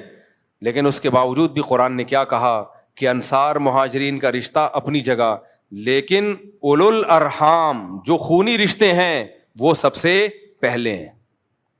مہاجر صحابہ کو, انصار صحابہ کو سمجھایا کہ تمہارا جو بلڈ ریلیشن ہے وہ مہاجروں کے رشتے سے زیادہ, اور مہاجروں کا جو انصار سے رشتہ ہے اس میں جو ان کا بلڈ ریلیشن کا رشتہ زیادہ ہے. اتنی اہمیت ہے اسلام میں. تو یہ مزہ آئے یا نہ آئے, کس کے حکم پہ کرنا ہے بھائی؟ اللہ کے حکم پہ. نبی صلی اللہ علیہ وسلم نے فرمایا, یہ سارے میں ان اسکالرز کے خلاف بات کر رہا ہوں جو اباحت پسندی کی طرف جا رہے ہیں. یہ بھی جائز ہے, وہ بھی جائز ہے. بھائی آسان مت بناؤ دین کو اپنی طرف سے. جتنا اللہ نے آسانی رکھی ہے وہ ٹھیک ہے, جو اللہ نے نہیں رکھی وہ ٹھیک نہیں ہے. آپ دیکھو ٹرینوں میں لوگ بیٹھے بیٹھے نماز پڑھ رہے ہیں, ان سے بولو بھائی کھڑے ہو کے نماز پڑھو. کہتے ہیں اسلام میں آسانی ہے اتنی جتنی اللہ نے دی ہے. فرض نماز کھڑے ہو کے ہوتی ہے, قبلے کی طرف رخ کرنا پڑے گا آپ کو. جہازوں میں نمازیں چھوڑ رہے ہیں, بھائی سفر ہے, بھائی چھوڑنے کی کہاں اجازت ہے؟ میدان جنگ میں اجازت نہیں ہے تو جہاز میں کہاں سے اجازت ہو گئی؟ تو ہر آدمی کا اخپل طریقے سے, جہاں مشکل ہو نا وہاں نماز پڑھنے کا مزہ ہے. نمازی کا پتہ جب چلتا ہے بھائی جب مشکل ہو. ہم جب کینیڈا امریکہ کا سفر ہوتا ہے نا, جاتے ہوئے ایک آدھ نماز آتی ہے, کیونکہ جس سمت میں سورج چل رہا ہے اسی سمت میں ہم سفر کر رہے ہیں. واپسی پہ ٹھکا ٹھک نمازیں آ رہی ہوتی ہیں. 18-20 گھنٹے کا سفر اور مسلسل نماز پہ نہ سو سکتے ہیں, ہر وقت وضو کی فکر کہ بھائی جہازوں کے واش روم میں وضو کرنا بھی آسان نہیں ہوتا. پھر میرا ایک معمول ہے, آپ کا کبھی جہاز کا سفر ہو یہ پلے باندھ لو, جہازوں میں جب آپ وضو کرتے ہو نا واش روم میں جا کے, نیچے گیلا بہت ہو جاتا ہے. نمازی لوگ کیا کرتے ہیں, وضو کر کر کے نکلتے رہتے ہیں اور کیچڑ اور تالاب بنا دیتے ہیں. ایک پائلٹ نے بتایا کہ جا رہے تھے جہاز میں, سب وضو کر کر کے نکل رہے تھے, پورا کیچڑ ہو گیا, جہاز گندا ہو گیا. تو تبلیغی اکابر کی طرف سے یہ ہدایات نہیں ہے. تو اس میں کیا کرنا ہے بھائی؟ وضو ایئرپورٹ پہ کر لیں. آپ کہاں کر لیں وضو؟ میں یہی کوشش کرتا ہوں بھائی واش روم وغیرہ سے پہلے فارغ ہو جاؤ تاکہ جہاز میں وضو کرنے کی نوبت ہی نہ آئے, کیونکہ ان کا سارا نظام اس سے خراب ہوتا ہے, متاثر ہوتا ہے. وضو آپ ایئرپورٹ پہ ہی کر لیں. حتی الامکان کوشش کریں ایئرپورٹ پہ نماز پڑھ لیں, آپ ڈیلے نہ کریں اس کو آپ. اور اگر پھر بھی مجبوراً وضو کرنا پڑ جائے جہاز میں, تو میں کیا کرتا ہوں, میرا معمول ہے کم سے کم پانی استعمال کیا, جو نیچے گرا ہے کہتے ہوئے تھوڑا عجیب سا لگ رہا ہے لیکن یہ کیا کرو. ٹیشو سے لے کے اپنے ہاتھ سے پورا میں نیچے کا فرش صاف کرتا ہوں, تاکہ ایسا نہ ہو جہاز کا جو عملہ ہے وہ بولے کہ یار نمازیوں کی وجہ سے ہماری ساری سروس کیا ہو جاتی ہے, خراب. کیونکہ کچھ نہ کچھ چھینٹے نیچے پڑیں گی اور نئے آنے والے کو تکلیف ہوگی. کیا کیچڑ بنا کے چلے گئے مولانا صاحب, کوئی گورا کیچڑ بنا کے جاتا نہیں ہے, لبرل لوگ کیچڑ ہی ہے, جب بھی نمازی آئیں گے کیچڑ کیچڑ. تو تھوڑی سی ہمت کر لو. اپنے ساتھیوں کو بھی کہتا ہوں بھائی جو بھی واش روم میں جو جائے گا وضو کرے گا تو ٹیشو سے لے کے پورا فرش, کیا یہ نہیں کہہ رہا کہ وہ اس میں گھس جائیں, وہ تو ویسے ہی صاف ہوتا ہے. فرش کو اچھی طرح کیا کریں, نیچے کا صاف کریں, اس کے بعد ہاتھ اچھی طرح دھو لیں. آپ تھوڑی سی ٹینشن ہوگی, تھوڑی سی ہمت ہوگی, لیکن صاف ستھرا رہے گا. جہاز کے عملے کو یہ اعتراض نہیں ہوگا کہ یار ہمارا واش روم گندا کر دیا انہوں نے, یہ کیا مصیبت میں ڈال دیا ہم لوگوں کو. تو خیر, تو یہ بھائی یہ ٹینشن تو لینی پڑے گی نا. ایسے فری پھوکٹ کی نماز تو کچھ بھی کام نہیں ہے, تو چلو نماز پڑھ لیتے ہیں, ٹائم اچھا گزر جائے گا, یہ تو بہت سے لوگ کر لیتے ہیں. نماز کا پتہ بیماری اور سفر میں چلتا ہے, بیماری اور سفر میں چلتا ہے کہ یہ نمازی ہے یا نہیں. بیمار ہو گئے, اب طہارت مشکل ہو رہی ہے, بھائی چھوڑو یار یہ کر دو, تیمم کر لیں گے. بھائی تیمم جب جائز ہے, جب پانی کا استعمال ممکن ہی نہ ہو. آپ بستر پہ ٹب میں پانی منگوا کے وضو کر لو آپ, اور مجبوری میں 2 نمازیں اکٹھی بھی پڑھ سکتے ہو, یعنی ظہر کو آخری وقت میں پڑھو اور جیسے ہی عصر کا وقت داخل ہو عصر پڑھ لو, اس طرح سے 2 نمازیں اکٹھی کر لو. تو جتنی اللہ نے اجازت دی ہے اتنی تو ہوگی میرے بھائی, جتنی اللہ نے نہیں دی آپ کو اپنی طرف سے نہیں کرنی. وہ ٹینشن آپ نے لینی ہے اور مجھے اور آپ کو وہ ٹینشن لینی پڑے گی. تو میں یہ بتا رہا تھا کہ ہمارے جو اس ایک لبرل قسم کے اسکالرز آ رہے ہیں, تو جب یہ جدید طبقے کو دیکھتے ہیں کہ ان سے ڈرامے فلمیں چھوڑنا بہت مشکل ہے, تو ڈرامے فلمیں لیگل کر دیے, ان سے مخلوط ماحول سے بچنا مشکل ہے, تو وہ سب لیگل ہوتی چلی جا رہی ہیں. تو 2 چیزوں میں سمجھوتا نہیں ہو سکتا, جو اصل میں بیان کر رہا تھا. پہلی بات, مقاصد شریعت جو ہیں ان میں سمجھوتا نہیں ہو سکتا. مقاصد شریعت میں نے بتایا کہ زنا سے بچنا ضروری ہے اور شراب سے بچنا ضروری ہے, نماز پڑھنا ضروری. ہاں جو ذرائع ہے نا, ذرائع وہ زمانے کے حساب سے چینج ہوں گے, ان کو چینج نہ کرنا اسلام کی مخالفت ہے. ذرائع کسے کہتے ہیں؟ مقاصد تک پہنچنے کا ذریعہ. سمجھ میں آ رہی ہے بات کہ نہیں آ رہی ہے؟ مقصد تک پہنچنے کا بولو ذریعہ. مثال کے طور پر شریعت نے ہمیں نماز سے پہلے وضو کرنے کا حکم دیا ہے. نبی صلی اللہ علیہ وسلم بیٹھ کے وضو کیا کرتے تھے, نبی صلی اللہ علیہ وسلم لوٹے سے وضو کیا کرتے تھے. تو کیا لوٹا مقصود ہے؟ بھائی لوٹے سے اس لیے کرتے تھے کہ وہ ایک ذریعہ ہے, آسانی ہو جاتی ہے اس سے, یا برتن سے, لوٹے سے نہیں ایک برتن سے کرتے تھے. اب شاور آ گئے, بالٹیاں آ گئی, مگے آ گئے, نلکے آ گئے, اب آپ کہیں میں لوٹے سے ہی وضو کروں گا کیونکہ لوٹے سے وضو کرنا سنت, تو یہ شریعت پہ زیادتی ہو جائے گی. یہ شریعت پہ کیا ہو جائے گی؟ زیادتی. بھائی نبی بھی اس لیے بالٹی برتن سے کہ اس زمانے میں برتن کا رواج تھا. نبی صلی اللہ علیہ وسلم تبلیغ کے لیے ٹرین یا جہاز پہ کبھی گئے ہیں بھائی؟ نبی صلی اللہ علیہ وسلم تبلیغ کے لیے گدھے پہ گئے ہیں یا گھوڑے پہ گئے ہیں یا اونٹ پہ گئے ہیں؟ اب آپ کہو کہ میں بھی تبلیغ کے لیے جاؤں گا, امریکہ جماعت جائے گی گدھوں پہ بیٹھ کے, تو کیا خیال ہے بھائی؟ پہنچ جائے گی وہ جماعت؟ وہ نہیں پہنچے گی. گدھے پہنچ جائیں گے, ہو سکتا ہے, وہ نہیں پہنچ پائے گی. تو بھائی گدھا مقصد تھوڑی ہے, ذریعہ مقصد ہے. مولانا ابو الحسن علی ندوی رحمت اللہ علیہ بہت ہی زیرک خاندانی عالم گزرے ہیں, بہت دور اندیش عالم تھے. تبلیغی جماعت میں عربوں میں ریاض الصالحین لانے والے وہ ہیں. وہ کہتے تھے کہ عرب لوگ کا معیار بہت اونچا ہے حدیث کے معاملے میں, تو وہ فضائل اعمال کے بجائے ریاض الصالحین. ہماری بھی یہی رائے ہے کہ ریاض الصالحین ہونی چاہیے, وہ سب کے لیے ایکسیپٹیبل ہے. باقی فضائل اعمال پہ جو اوٹ پٹانگ الزامات لگائے جاتے ہیں وہ الزامات بہرحال غلط ہیں, لیکن جب کام پوری دنیا میں پھیل گیا ہے تو ریاض الصالحین کی حدیثیں وہ ان کی کسی حدیث پہ ضعف کا الزام نہیں ہے. ایک آدھ روایت ہے جس کو کہا گیا وہ بھی بالاتفاق نہیں, جبکہ فضائل اعمال کی تو بہت ساری حدیث میں شیخ الحدیث نے خود لکھا ہے کہ یہ ضعیف حدیثیں ہیں, تو ہیں وہ صحیح حدیث کی تائید میں, وہ کوئی گمراہی نہیں پھیلا رہی ہیں. لیکن بھائی جب ایک چیز زیادہ مستند ہے اور کام پھیل گیا, سب کے لیے ایکسیپٹیبل ہے, تو وہ زیادہ بہتر ہے. خیر یہ تبلیغ والوں کا مسئلہ ہے, وہ کیا کرتے ہیں. تو اب کیا ہے, مولانا ابو الحسن علی ندوی رحمۃ اللہ علیہ نے تبلیغ کو بھی بہت متعارف کروایا عربوں میں, بہت ان کی خدمات ہیں. وہ یہ کہا کرتے تھے کہ مقاصد پہ کبھی بھی سمجھوتا مت کرو. جو زمانے کے تبدیل ہونے سے جو شریعت میں مقصودی حکام ہے نا, ان کو بھی اگر تبدیل کر دیا تو وہی حشر ہوگا ہمارا جو یہودی اور عیسائیوں کا ہوا. ان کا دین آج محفوظ نہیں ہے. اجتہاد کر کر کے نا, یہ بھی جائز ہے, یہ بھی جائز ہے, یہ بھی حلال ہے, وہ بھی, وہ عقل سے سوچتے ہیں. عورت کو طلاق کا رائٹ دے دیا انہوں نے, وراثت کے حکام میں تبدیلی کر دی کہ آپ اپنی اولاد کو نہیں دینا چاہو تو کسی اور کو بھی دے دو, جب آپ کی جائیداد ہے آپ نہیں دینا چاہتے. اسلام تو کہتا ہے نہیں بھائی, آپ وصیت کر ہی نہیں سکتے اولاد کو محروم کرنے کی.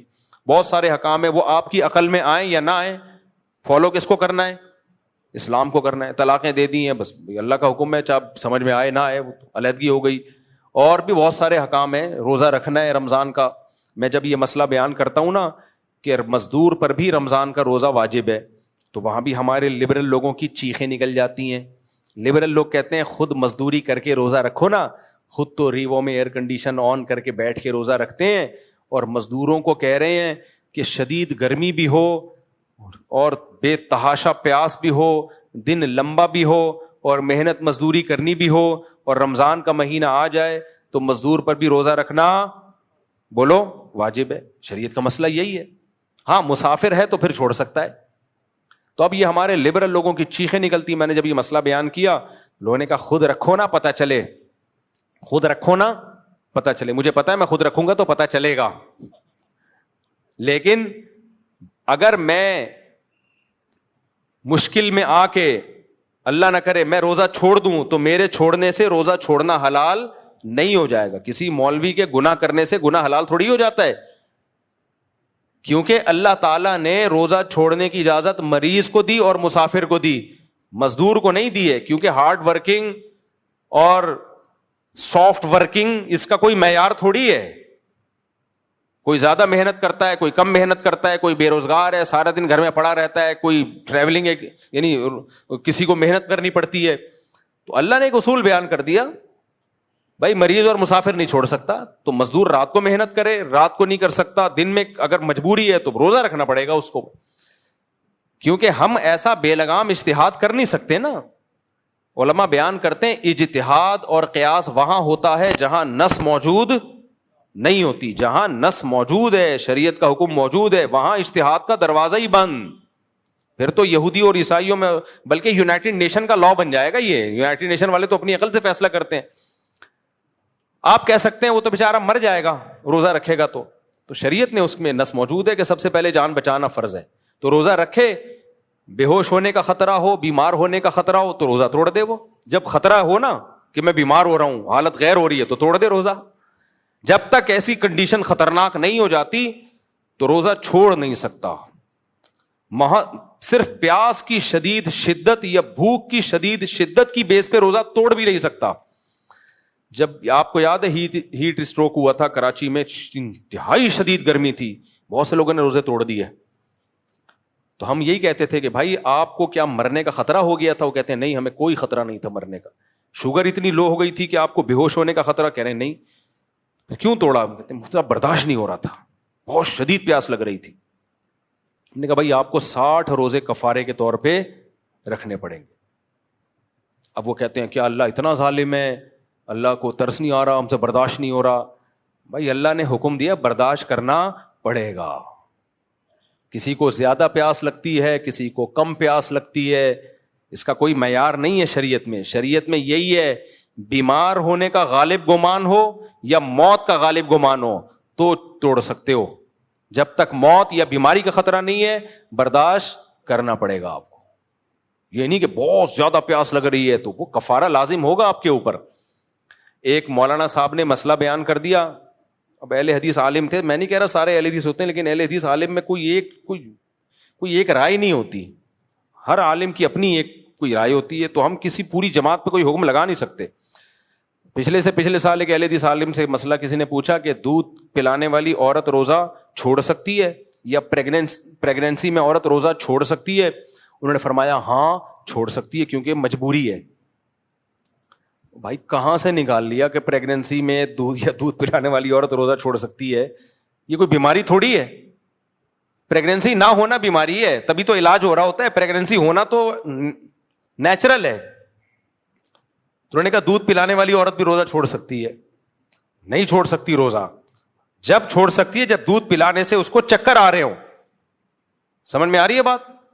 چکر آنا ایک بیماری ہے, پھر چھوڑ سکتی ہے. اگر کوئی دودھ پلا رہی ہے چکر نہیں آ رہے تو پلانے پڑے گا, یعنی اس کو روزہ نہیں چھوڑ سکتی.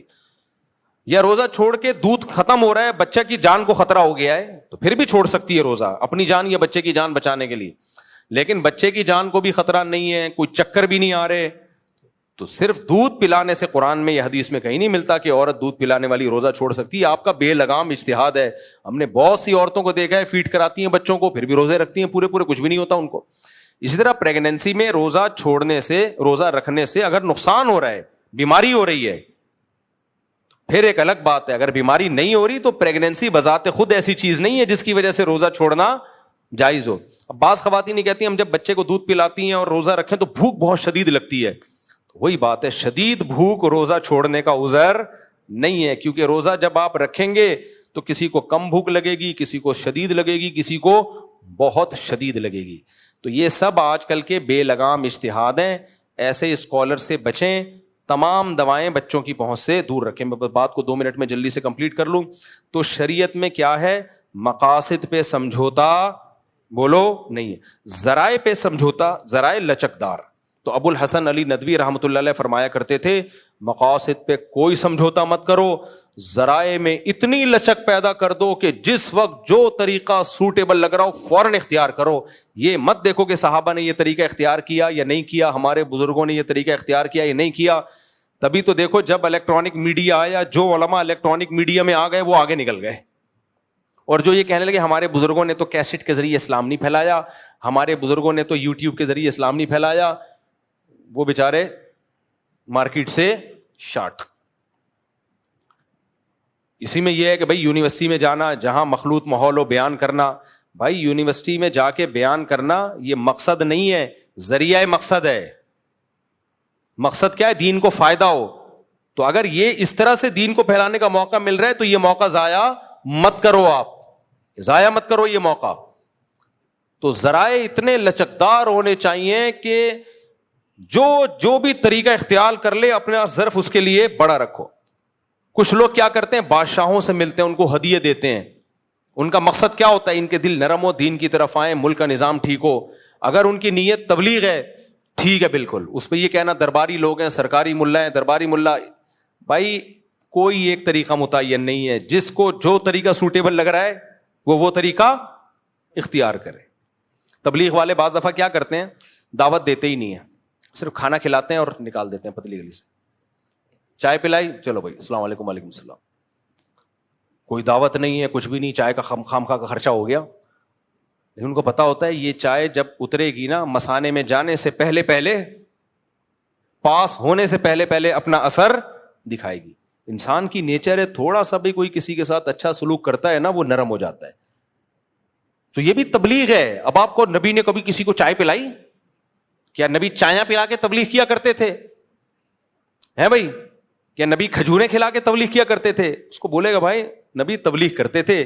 تبلیغ کا طریقہ نبی کو جو دیکھو, نبی صلی اللہ علیہ وسلم نے کفار کو اتنے ہدیے دیے کہ بعض مخلص صحابہ کو بھی اشکال شروع ہو گیا کہ یہ تو نئے لوگ ہیں, ان کو اتنا دیا جا رہا ہے اور ہم پرانے ہیں. تو آپ نے کیا فرمایا, وہ عرب تھے, ان کے سرداروں کے دل کو نرم کرنا تھا. بھائی تم تو اپنے ہو, میں تمہارے ساتھ ہوں, میں مدینہ میں تمہارے ساتھ رہوں گا. تو یہ نئے لوگ ہیں, ان کو ہم اکرام کریں گے تو یہ اسلام کی طرف آئیں گے. تو کبھی ہدیے دے کے, کبھی دین کی تبلیغ ہدیے دینے سے ہوتی ہے, کبھی محروم کرنے سے ہوتی ہے. سزا دو اس کو, ایک بچہ نماز نہیں پڑھ رہا, ناشتہ بند کر دو, ہو سکتا ہے نماز پڑھنا شروع کر دے وہ, ٹھیک ہے کہ یار ناشتہ ہی گیا میرا. تو کبھی مال روک کے تبلیغ ہوتی ہے, کبھی مال دے کے تبلیغ ہوتی ہے, کبھی اچھے اخلاق سے بات کر کے تبلیغ ہوتی ہے, کبھی ڈانٹ ڈپٹ کر کے تبلیغ ہوتی ہے, کبھی انگلش بول کے بھی ہوتی ہے. یہ بھی عجیب بات ہے, آپ کو بتاؤں میں, آپ حیران ہو کہ انگلش بول کے کون سی تبلیغ ہو رہی ہے. ہوتی ہے. بعض دفعہ سامنے والا آپ کو جاہل سمجھتا ہے اور کہتا ہے یہ پینڈو ہمیں کیا اسلام سکھائے گا, آپ ٹھش پش انگلش شروع. کہتے یار آپ بتاؤ کیا کہنا چاہتے ہو آپ. میں واقعہ سنا ہے نا, ابھی کینیڈا میں گیا, ایک مولانا صاحب مجھ سے ملے, بڑے دیسی سا لباس ان کا, وہ تو وہیں کے پیدا ہوئے ہوئے. تو کہتے ہیں میں نے بڑی عیاشی میں ٹائم گزارا, اس کے بعد اللہ نے مجھے ہدایت دی, 18-20 سال کی عمر میں ہی مجھے عقل آ گئی, ایک دھچکا لگا تھا زندگی میں, تو میں نے یو ٹرن لیا, تبلیغ میں وقت لگایا. کہتے ہیں اس کے بعد میں نے سوچا میں عالم بنوں گا, پوری زندگی دین کی خدمت کے لیے وقف. کہتے ہیں میں آ گیا پاکستان میں بنوریا مدرسہ ہے نا, وہاں میں نے پڑھا. کہہ رہے ایک دن ہم جمعرات کے چھٹی والے دن ہوٹل میں کھانا کھانے کے لیے نکلے, بڑا لگژری, اب یہ ٹھیک ٹھاک مالدار آدمی تھے, کینیڈا میں پیدا ہوئے, یہ وہاں کا تو غریب بھی ہم سے زیادہ مالدار ہوتا ہے, تو یہ تھے بھی مالدار فیملی سے. کہہ رہے میری پگڑی شلوار قمیض, میں چلا گیا, ہوٹل والا کم بخت گھسنے ہی نہیں دے رہا اندر, اور کہا کہ نہیں یہاں کوئی جگہ نہیں, حالانکہ کہہ رہے میں نظر آ رہی ہیں سیٹیں, کہہ رہے گھسنے ہی نہیں دے رہا اندر. ہم نے کہا بھائی کیا مسئلہ کیا ہے, تو کہہ رہے کسی نے آ کے بتایا, وہ ہوٹل مینیجر یہ کہہ کے گیا کہ بھائی یہ ان کے بس کا نہیں ہے, یہ افورڈ نہیں, کھانا کھائیں گے پیسے نہیں دے پائیں گے, اتنا مہنگا کھانا ہے آپ. کہہ رہے میں نے کہا مینیجر کو بلاؤ. پھر میں نے انگلش میں ٹھش پش شروع کر دی, اور ہماری والی انگلش تو and what are you doing ہوتی ہے نا, ان کی وہ انگلش ہوتی ہے سچی مچی کی انگلش ہوتی ہے وہ. کہہ رہے میں نے ٹھش پش بولنا شروع کیا نا, اور اس کو اپنا وہ گولڈن کارڈ دکھایا جو انہیں لوگوں کو ملتا ہے جن کے اکاؤنٹ میں ٹھیک ٹھاک پیسہ ہوتا ہے. تو جب ان کو دکھایا تو اس نے کہا آپ فری میں کھانا کھا کے جائیں ہمارے یہاں. اب بتاؤ وہ مینیجر اس کی بات سنے گا کہ نہیں سنے گا؟ اب یہ نماز 6 نمبر بیان کرے گا, سنے گا. تو بعض دفعہ دولت دکھانا بھی تبلیغ کا ذریعہ, کہ ہلکا نہیں لینا, ہلکا نہیں لینا. وہ کارڈ ہے میرے پاس جو تیرے باپ نے کبھی خواب میں بھی نہیں دیکھا ہوگا, تو وہ سنتا ہے. یہ بھی ہوتا ہے. تبھی نبی صلی اللہ علیہ وسلم پتہ ہے کس کو سفیر بنا کے بھیجتے تھے ملکوں میں؟ جو پرسنالٹی وائز بڑے خوبصورت ہوتے تھے. صحابہ میں جن کی ایک بڑی خوبصورت پرسنالٹی ہوتی تھی, ان کو بادشاہوں کے پاس آپ بھیجتے سفیر بنا کے کہ نبی کا پیغام لے کے جاؤ, تاکہ بادشاہ اس پرسنالٹی سے متاثر ہو, بھائی ہلکا پیغام نہیں. اب ایسی پرسنالٹی نہیں جائے گی جو میرے پاس آج آئی ہوئی تھی, میں مذاق کر رہا ہوں, بیچارہ مجھ سے اچھا ہی تھا, کہ میں انہیں سے کہا آدھے آئے ہوئے پورے آؤ گے تو میں ملوں گا بھائی آپ سے. تو خیر یہ بعض نوجوان بہت باریک ہوتے ہیں یار, کچھ وزن بڑھاؤ اپنا, کھاؤ, اور اوپر سگریٹیں بھی پی رہے ہوتے ہیں. تمہارے اندر ہے کیا؟ ایک لڑکا آیا نا, اتنا باریک ہو گیا تھا سگریٹ پی پی کے, اور مجھے کہہ رہے میرا رشتہ کرا دے. میں نے کہا دھواں نکلے گا, دھواں, میں نہیں کراؤں گا. تیرے اندر جو گیا ہے نا وہ صرف دھواں ہی گیا اب تک. تو یہ بھی ایک تبلیغ کا ذریعہ ہے. تو تبلیغ کے معاملے میں لچک بھرپور ہونی چاہیے, مقاصد پہ کوئی سمجھوتا نہیں ہونا چاہیے. اسی اسلام کو فالو کرنا ہے, اور اسی میں اللہ نے مٹھاس رکھی. اللہ عمل کی توفیق عطا فرمائے. سنتوں کے بعد انشاءاللہ تھوڑی دیر سوال جواب کا سیشن ہو. ایک چیز شیئر کرنی ہے آپ لوگوں کے ساتھ. تو یہ بول فلم آئی تھی, یاد ہوگا آپ کو, جس میں ایک ایکٹریس نے یہ ڈائلاگ کہا تھا اپنے باپ کو, جو فلم میں ان کا باپ تھا, کہ جب کھلا نہیں سکتے تو پیدا کیوں کرتے ہو. اس مووی کا یہ کلپ میں نے دیکھا تھا, اور اس کے نیچے بہت زیادہ پازیٹیو کمنٹس تھے کہ بالکل صحیح بات کی, بچے پیدا کرنے پہ زور لگایا ہوا ہے. اس فلم میں دکھایا گیا کہ غریب باپ ہے, بچے ہی ہو رہے ہیں, اور پھر جو بغاوت ہو رہی اولاد میں, اور پھر بیٹیاں باغی ہو رہی ہیں, پھر وہ باپ کو تانا دے رہی ہے کہ جب کھلا نہیں سکتے تو پیدا کیوں کرتے ہو. کئی سال ہو گئے, میں نے اس پہ بہت سخت ایک بیان ریکارڈ کروایا تھا کہ یہ اولاد کو باغی بنانے کی بھرپور کوشش ہے. کسی کو اللہ کشادہ رزق دیتے ہیں, کسی کی روزی تنگ کر دیتے ہیں. جس کی روزی تنگ کر دیں تو اولاد کو حکم ہے بھائی صبر شکر کرو, جتنا باپ نے کھلا دیا بس شکر ادا کرو. تو یہ تو آپ یعنی کہ بیٹی باپ کی آنکھوں میں آنکھیں ڈال کے یہ کہے کہ جب کھلا نہیں سکتے پیدا کیوں کرتے ہو, اس سے تو باپ کا تو کوئی حیثیت نہیں رہی نا اس کی. جو عقل وحی کی تعلیمات کے بغیر استعمال ہوتی ہے نا, وہ عقل بہت بڑی گمراہی ہے. اولاد کے اخلاقیات کو تباہ کرنا، اس سے بڑا کوئی جرم ہو نہیں سکتا کہ اولاد کو، بیٹی کو باپ کے مقابلے میں لا کے کھڑا کر دیا اس فلم نے. اس سے کتنے گھروں میں بغاوتیں ہوئی ہوں گی. بھائی امیری غریبی ہمیشہ سے رہی ہے. غریب لوگ تھوڑا کمپرومائز کر کے بچوں کو کھلا دیتے ہیں، ایک روٹی کے 2 حصے کر دیتے ہیں. نبی صلی اللہ علیہ وسلم کی خدمت میں خاتون آئیں جن کی 2 بیٹیاں تھیں. آپ نے اس کو کھجور دیا، اس خاتون کو، بیچاری غریب خاتون تھی. اس نے آدھی کھجور اپنی ایک بیٹی کو دے دی، آدھی دوسری. خود نہیں کھایا، خود کھاتی تو وہ آدھی بھی نہیں ملتی، غریب ہی تھی نا وہ. تو ہمارے نبی نے تو تانا نہیں دیا، جب کھلا نہیں سکتی 2 بچیاں کیوں پیدا کر لیں. بلکہ آپ نے فضیلت سنائی کہ جس کو اللہ نے بیٹیاں دیں اور اس نے اپنی طرف سے جو ان کی تربیت ہو سکتی ہے، حدیث کا مفہوم پیش کر رہا ہوں، تو میں اس کے لیے جنت کی ضمانت دیتا ہوں، ضمانت لیتا ہوں. اور آپ نے فرمایا کن لہ حرزا من النار، وہ بیٹیاں اس کے اور آگ جہنم کے درمیان رکاوٹ بن جائیں گی. تو بیٹیاں پیدا کرنے کی بھی فضیلت ہے، پالنے کی بھی فضیلت ہے، چاہے امیر ہو چاہے غریب ہو. غریب ہو تو آدھی آدھی کھجور دے دو. یہ ڈاکٹروں کا مسئلہ ہے کہ اتنے پروٹین چاہیے، اتنے گلوکوز چاہیے، یہ ڈاکٹروں کے مسائل ہیں.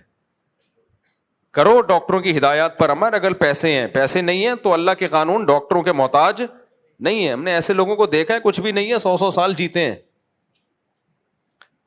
تو اب ہمیں شریعت تو یہ سکھاتی ہے بھائی کچھ امیر ہوں گے کچھ غریب ہوں گے، نسل اس بیس پہ روکنے کی اجازت نہیں ہے کہ آپ کے پاس پیسے نہیں ہے. نحن نرزقکم وایاہم، اللہ کہہ رہا ہے میں کھلاؤں گا، روزی دوں گا، کسی کو زیادہ کسی کو کم، وہ میری مرضی ہے، وہ میرے پہ چھوڑ دو. بچہ پیدا ہوتا ہی ماں کی چھاتیوں میں دودھ آتا ہے. اللہ بتاتا ہے کہ بھائی میں غافل نہیں ہوں، نظام ہے میرا ایک. تو میں نے اس پہ بیان کیا تھا اور میں نے کہا کہ اس ایکٹریس نے بہت بڑا جرم کیا ہے. یہ بہت غلط الفاظ ہے. اچھا نیچے کمنٹس کیا ہیں؟ غیر مسلموں کے کمنٹس ہیں کہ یہ فلم مسلمانوں کو دیکھنی چاہیے. یعنی ان کا خیال ہے کہ مسلمان کھسک گئے ہیں. حقیقت پتہ ہے کہ غیر مسلموں نے اپنی آخرت تو تباہ کی، دنیا بھی خراب کر لی ہے. غیر مسلموں کا جو نظریہ ہے نا کہ اولاد جب ہوگی تو ہم سے کھائے گی، غربت میں اضافہ کرے گی، اس نظریے کا رزلٹ دیکھنا ہے جاپان میں اور مغربی دنیا میں جا کے دیکھو. اس سے لوگوں کے دل ہو گئے تنگ. مسلمان کہتا ہے کھلانے والا اللہ ہے، دل بڑا ہوتا ہے اس کا. غیر مسلم کافر اللہ کے مقابلے میں عقل استعمال کرتا ہے، وہ کہتا ہے کھلانے والا میں ہوں یا گورنمنٹ ہے. اس کا نتیجہ کیا نکلا؟ کروڑ پتی لوگوں کے بھی 1-2 بچے ہیں، کروڑ پتی. بلکہ جتنا مالدار ہوگا اس کے بچوں کا ریشو اتنا ہی کم ہوگا. اس کا نقصان کیا ہے؟ انسان کو خوش رکھنے کے لیے سب سے زیادہ جس چیز کی ویلیو ہے وہ ریلیشن ہے. تنہائی کھا جاتی ہے جتنی مرضی دولت ہو. کرائے کا آدمی تھوڑی آپ کو خوش رکھ سکتا ہے جو آپ کو اپنی اولاد سے محبت ملتی ہے. نتیجہ کیا ہے؟ ڈپریشن کے مریض بن گئے. اور بڑھاپے میں جو میں اکثر بیان کرتا رہتا ہوں، 1000 گز کے بنگلے ہیں، بڑھاپے میں اولاد ہی نہیں ہے، پیسہ بہت ہے، ایک دوسرے کا منہ دیکھ رہے ہوتے ہیں، دیواریں کھا رہی ہوتی ہیں. مسلمانوں کے گھر تو آباد ہیں، خوشیاں ہیں، بہو ہیں، داماد ہیں، پوتے ہیں، نواسے ہیں، کیونکہ وہ توکل کر رہا ہے کس پہ؟ اللہ پہ. تو میں نے کہا تھا یہ جس نے بھی فلم بنائی ہے اس کو اللہ کے عذاب سے ڈرنا چاہیے، اور جس ایکٹریس نے بھی یہ بولے ہیں اس کو اللہ کے عذاب سے ڈرنا چاہیے. کیونکہ جتنی بیٹیاں باغی بنیں گی نا باپ کے خلاف، جہاں بھی گھر میں تھوڑی سی غربت ہوگی تو بجائے صبر شکر کرنے کے اولاد کیا کہے گی؟ ابا جب پیسے نہیں تھے پیدا کیوں کیا؟ تو پیسے نہیں تھے پیدا کیوں کیا؟ تو اولاد، ماں باپ کا تو سب سے بڑا احسان ہی یہی ہے کہ وہ آپ کی زندگی کا سبب بنتے ہیں. تو میں نے اس ڈائلاگ کا جواب یہ دیا تھا کہ اگر میں اس باپ کی جگہ ہوتا اور میری بیٹی میرے سامنے کھڑے ہو کے تانا دیتی کہ جب کھلا نہیں سکتے تھے تو پیدا کیوں کیا، تو میں اس کو جواب دیتا کہ اگر تیرا پیٹ خالی ہوتا نا تو باپ کی آنکھوں میں آنکھیں ڈال کے بات نہیں کرتی. یہ پیٹ بھرے ہوئے لوگوں کا کام ہوتا ہے اتنے کانفیڈنس سے بات کرنا، خالی پیٹ کا میں اتنا کانفیڈنس نہیں ہوتا.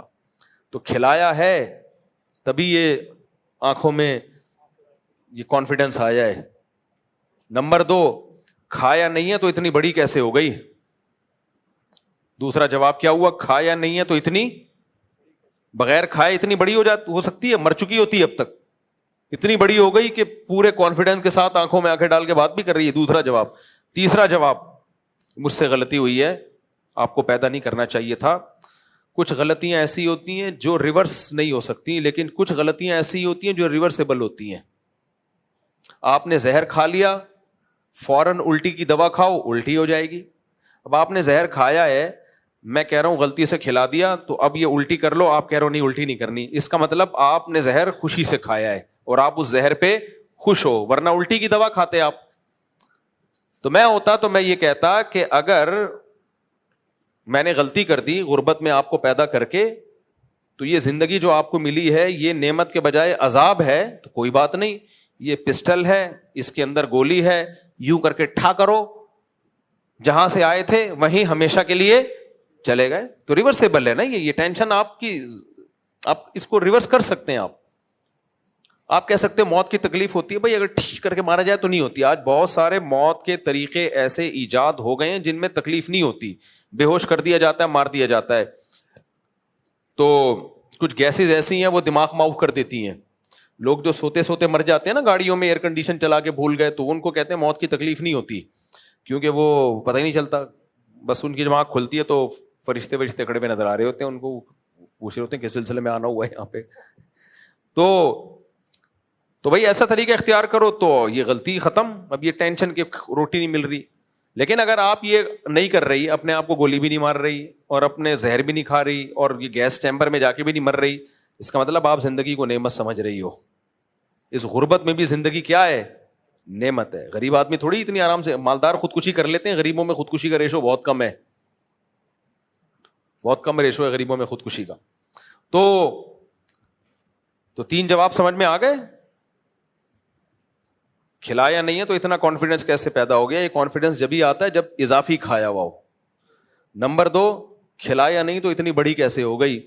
نمبر 3, پھر بھی اگر غلطی ہے تو کوئی بات نہیں, اٹھا کر کے اپنے آپ کو.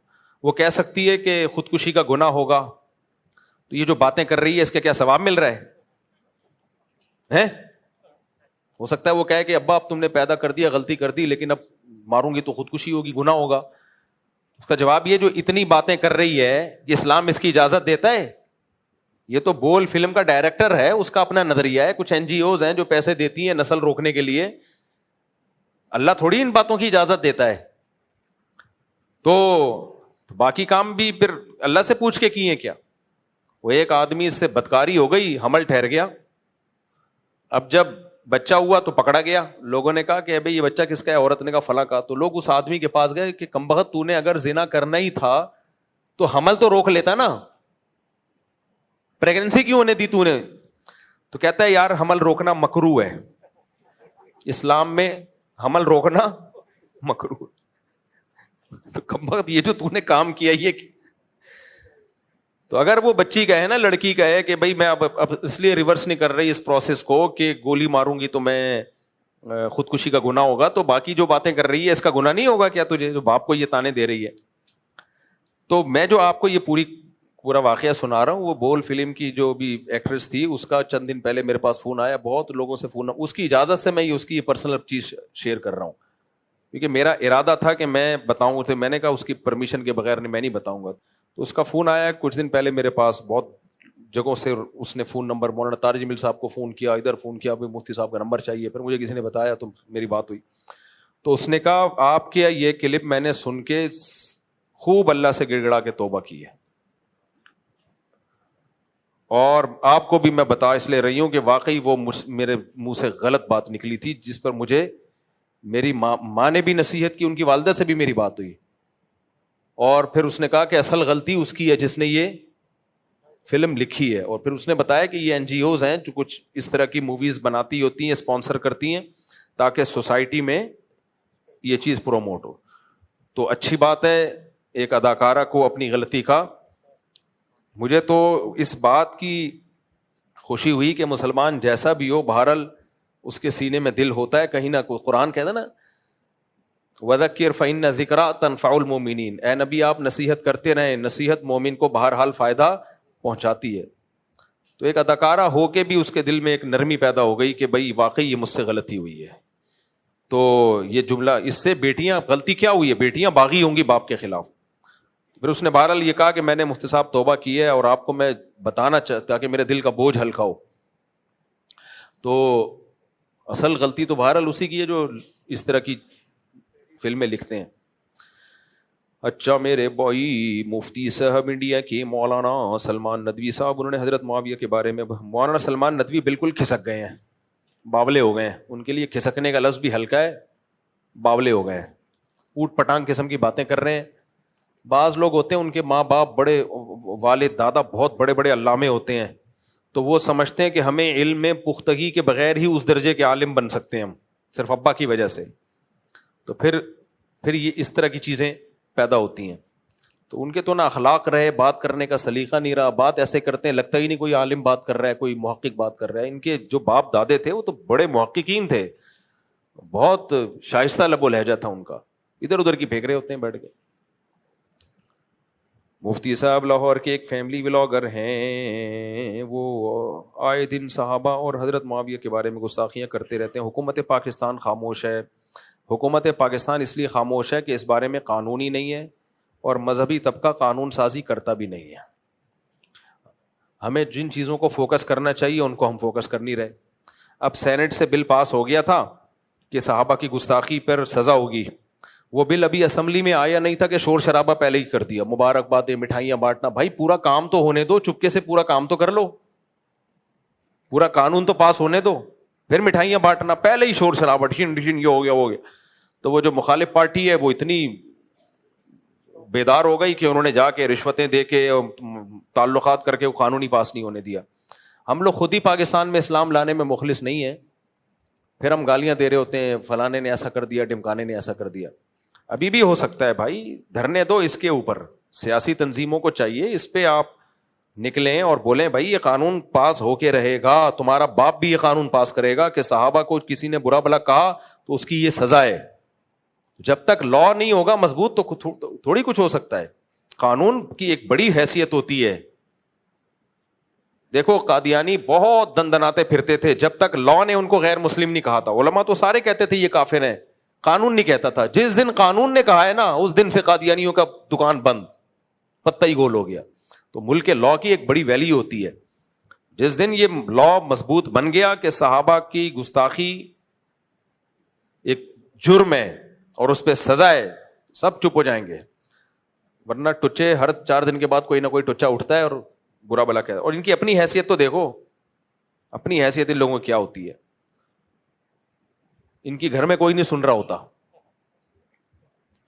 کہتے ہیں اسلام دین فطرت کے مطابق ہے, عین فطرت ہے. تو مفتی صاحب تو عورت کی فطرت میں سوکن نہیں ہے. تم پھر مجھ سے 4 شادیوں کے سوال پوچھتے ہو, پھر میں جواب دیتا ہوں, پھر لوگ کہتے ہیں یہ مفتی ہر وقت 4 شادیاں کرتا رہتا ہے. اس پہ کئی بار جواب دے چکا ہوں. دیکھو ہر وہ چیز جس سے آپ کو تکلیف ہو تو اس کا یہ مطلب نہیں ہوتا کہ وہ فطرت کے اگینسٹ ہے. اور بھی دنیا میں بہت سے کام ایسے ہیں آپ کا کرنے کا دل نہیں چاہتا, لیکن وہ فطرت کے اگینسٹ نہیں ہے. فطرت کا حقیقی معنوں میں تعین اسلام کرتا ہے. اگر صرف عقل سے شروع کر دو نا, تو مجھ سے سکھ ملے, ابھی کینیڈا میں گیا, وہاں سکھ بہت زیادہ ہیں, تو ان کی داڑیاں بہت لمبی, مونچھیں بھی, وہ تو سب جگہ کے بال رکھتے ہیں. کسی کے مذہب کا مذاق اڑانا مقصد نہیں ہے, ان کا کلچر ہے, وہ جانے. تو میں نے ان سے پوچھا آپ ایسا کیوں کرتے ہیں؟ انہوں نے کہا فطرت ہے. بال کی کیا ہے؟ فطرت ہے. تو وہ ایک ان کی دلیل ہے کہ اس میں زیر ناف بال بھی ہیں, وہ سارے بال ہی بال, کہتے ہیں بال کاٹنا فطرت کے خلاف ہے. اب اس پہ ڈیبیٹ ہو سکتی ہے, لیکن کب تک بحث کرو گے؟ ہمارے پاس اسلام ہے. اسلام نے ہمیں ایک اعتدال کا راستہ بتایا کہ نہ سب جگہ کے بال رکھنا فطرت ہے, نہ سب جگہ کے بال کاٹنا فطرت ہے. مرد کو داڑھی کے بال رکھنا فطرت ہے, کاٹنا فطرت کے خلاف. مونچھیں بڑھانا فطرت کے خلاف, کاٹنا فطرت کے مطابق. بغلیں کاٹنا فطرت کے مطابق, بڑھانا فطرت کے خلاف. نبی صلی اللہ علیہ وسلم کی صحیح حدیث ہے 10 چیزیں پیغمبروں کی فطرت ہیں, اور پیغمبروں کی فطرت وہ اصل میں انسانوں کی اوریجنل فطرت ہوتی ہے. اس میں آپ نے فرمایا مسواک, دانت صاف کرنا. آپ کو پتا ہے دنیا میں ایسے لوگ بھی گزرے ہیں جو بڑے اپنے قوم کے ہیرو تھے, لیکن زندگی میں کبھی دانت نہیں صاف کیے. وہ کہتے تھے دانت صاف کرنا فطرت کے خلاف ہے. پھر وہ مثال دیتے تھے شیر نے کبھی دانت صاف کیے, بلی کو کبھی دیکھا برش کرتے ہوئے؟ تو انہوں نے اپنے آپ کو جانوروں پہ قیاس کیا. ان کے دانتوں میں کیڑے پڑ گئے مگر وہ صاف نہیں کرتے تھے. یہ ایسے گزرے ہیں لوگ دنیا میں, وہ کہتے ہیں یہ فطرت کے خلاف ہے, تو انسان کی ایجاد کردہ چیز ہے. دنیا میں ایسے لوگ بھی گزرے ہیں جو لباس نہیں پہنتے. میں جب کینیڈا میں تھا نا ابھی پچھلے ہفتے, تو نیوڈ لڑکے لڑکیوں کا بائکوں پہ دھرنا چل رہا تھا. میں نے نہیں دیکھا, آپ بولے مفتی صاحب وہ دیکھنے گئے تھے, میں چاہتا دیکھ سکتا تھا لیکن نہیں دیکھا میں نے. تو وہ بالکل برہنہ, ان کی دلیل یہ تھی کہ جو لباس کی حکومت نے پابندی لگائی ہوئی ہے یہ فطرت کے خلاف ہے. انسان برہنہ پیدا ہوتا ہے تو ہم کیوں کلچر کی وجہ سے اپنے شرمگاہوں کو چھپائیں؟ کیا جانور کو دیکھا کبھی چڈی پہنے ہوئے آپ نے؟ ایک دفعہ چوہا گیا تھا ہاتھی کے پاس, ہاتھی نہا رہا تھا تالاب میں. چوہے نے ہاتھی سے بولا یار باہر آنا, کام ہے آپ سے. اب ہاتھی کے لیے دریا سے باہر نکلنا آسان ہے. ہاتھی نے کہا یار مجھے گھنٹہ لگے گا باہر نکلنے میں ہاتھی ہوں, تیری طرح تھوڑی ہوں. نکلا اور چلا گیا. تو بتا دے کیا کام ہے؟ چوہے نے کہا نہیں بہت ضروری کام ہے, باہر آ. ہاتھی بےچارا گھنٹوں محنت کر کے باہر نکلا. چوہے نے کہا بس واپس چلا جا. ہاتھی نے کہا پھر نکالا کیوں تھا؟ کہتا میں دیکھ رہا تھا میرا انڈر ویئر پہن کے تو نہیں نہ آ رہا تو. چوہے نے کہا میں یہ دیکھنا چاہ رہا تھا کہ میرا انڈر ویئر پہن کے تو نہیں نہا رہا. تو جانوروں کا لباس نہیں ہوتا, وہ کہتے ہیں نہیں ہے نا, تو انسان بھی تو حیوان ہی ہے. میڈیکلی انسان اور حیوان میں کوئی فرق ہے سوائے ذہانت کے؟ اور کوئی فرق نہیں ہے کہ انسان زیادہ ذہین جانور ہے باقی. تو اس لیے وہ کینیڈا میں احتجاج چل رہا تھا کہ کپڑوں کی پابندی ہٹائی جائے. مرضی ہو جس نے پہننا ہے پہنے, جس نے پہننا ہو تو بالکل نیوڈ, بالکل. حالانکہ وہ کپڑے جس کی پابندی ہے وہ ہیں کیا؟ 2-3 اسٹیکر رہ گئے. 2-3 اسٹیکروں کو وہ کیا کہتے ہیں؟ لباس. اس کی وہاں پابندی ہے کہ وہ 3-4 اسٹیکر چپکانا ضروری ہے, اس کے بغیر آپ پبلک پلیس میں نہیں جا سکتے. تو اس پہ احتجاج چل رہا تھا کہ نہیں جا سکتے ہیں. تو وہ کہتے ہیں یہ نیچر ہے, اب کیا کر لو, آپ عقل سے ثابت کر سکتے ہو؟ آپ کہو گے بھائی کیسے سمجھائیں کہ یہ غلط ہے؟ تو عقل ہر فیصلہ نہیں کرتی. انسان کو تربیت کی ضرورت ہے, جسمانی بھی روحانی بھی. دیکھو جانور کا بچہ پیدا ہوتے ہی, بکری کا بچہ دودھ پیتا ہے, گوشت کھائے گا وہ نہیں. شیر کا بچہ پیدا ہوتا ہی گوشت کھائے گا, دودھ پیے گا, گھاس کھائے گا نہیں. انسان کا بچہ پیدا ہوتا ہی گوبر بھی رکھ دو نا وہ بھی کھا جائے گا. اب بتاؤ جانور زیادہ ذہین ہے یا انسان؟ بولو نا انسان. تو انسان تو فطرت پہ چل نہیں رہا. اس کے سامنے انگارہ رکھ دو بچے کے سامنے وہ بھی کھا جائے گا. تمام دوائیں بچوں کی پہنچ سے دور رکھیں, کیوں لکھا ہوتا ہے؟ بھائی بچہ کچھ بھی کھا جائے گا, بلی کا بچہ نہیں کھائے گا کچھ بھی, حالانکہ ذہین انسان زیادہ ہے. تو یہ اس کی علامت ہے, انسان ذہین تو بہت ہے لیکن تربیت کا محتاج ہے. مادی تربیت اس کو ماں باپ اور کلچر دے گا, اور روحانی تربیت اس کو پیغمبر دیں گے. تو نیچر کا تعلق روحانیت سے ہے, تہذیب کا تعلق روحانیت سے ہے. تو تہذیب پیغمبر سکھائیں گے, پیغمبر نہیں سکھائیں گے. عقل نہیں فیصلہ کر سکتی, تو عقل تو کہے گی ننگے ہو کے بیٹھو. عقل تو کہے گی ہومو سیکسولیٹی کو بھی عام کر دو. اگر کسی مرد کی طرف دل مائل ہو رہا ہے اور دونوں ایک دوسرے پہ راضی ہیں تو کسی تیسرے کو تکلیف کیوں ہو رہی ہے؟ ان کو انجوائے کرنے دو. لیکن مذہب کیا کہتا ہے؟ بھائی یہ اتنا بڑا جرم ہے کہ پوری قوم کو اٹھا کے اللہ نے پٹخ کے مار دیا.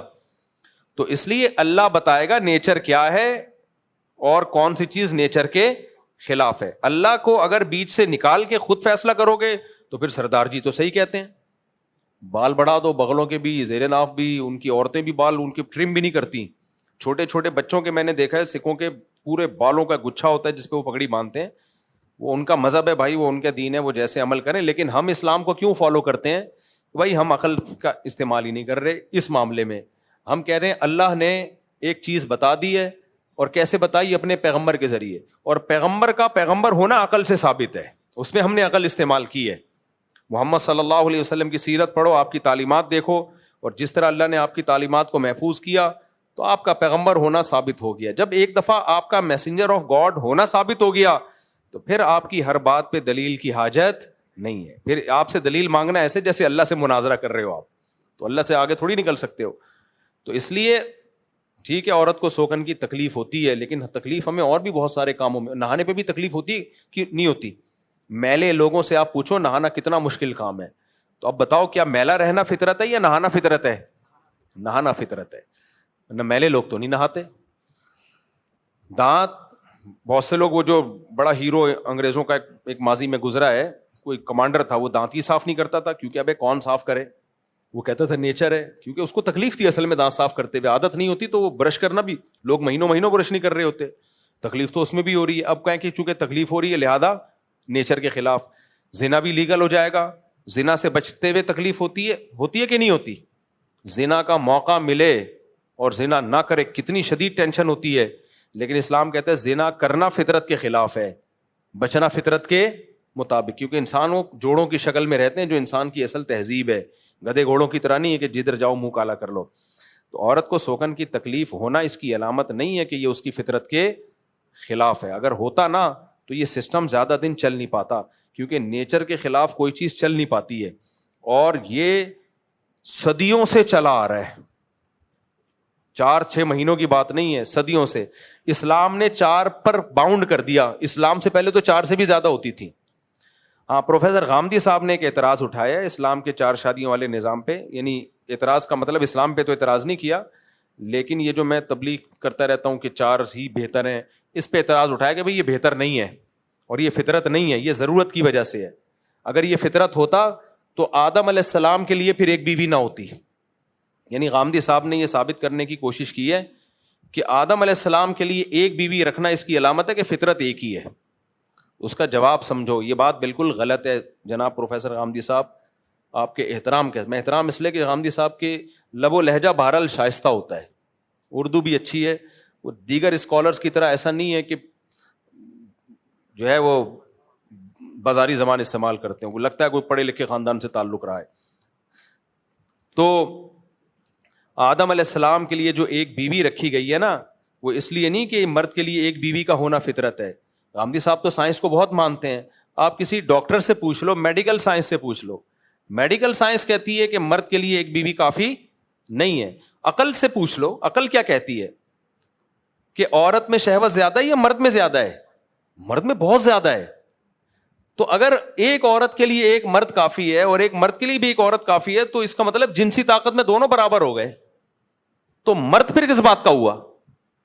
مرد کے لیے تو اس سے بڑا تانا نہیں کوئی ہو سکتا کہ تو اس طاقت میں, اس خواہش میں اپنی بیوی جتنا ہے. تو یہ عجیب سی بات ہو گئی. تو اس لیے پیغمبر صلی اللہ علیہ وسلم نے جس کام کی ترغیب دی وغیرہ وغیرہ, وہ دلائل تو میں دیتا رہتا ہوں.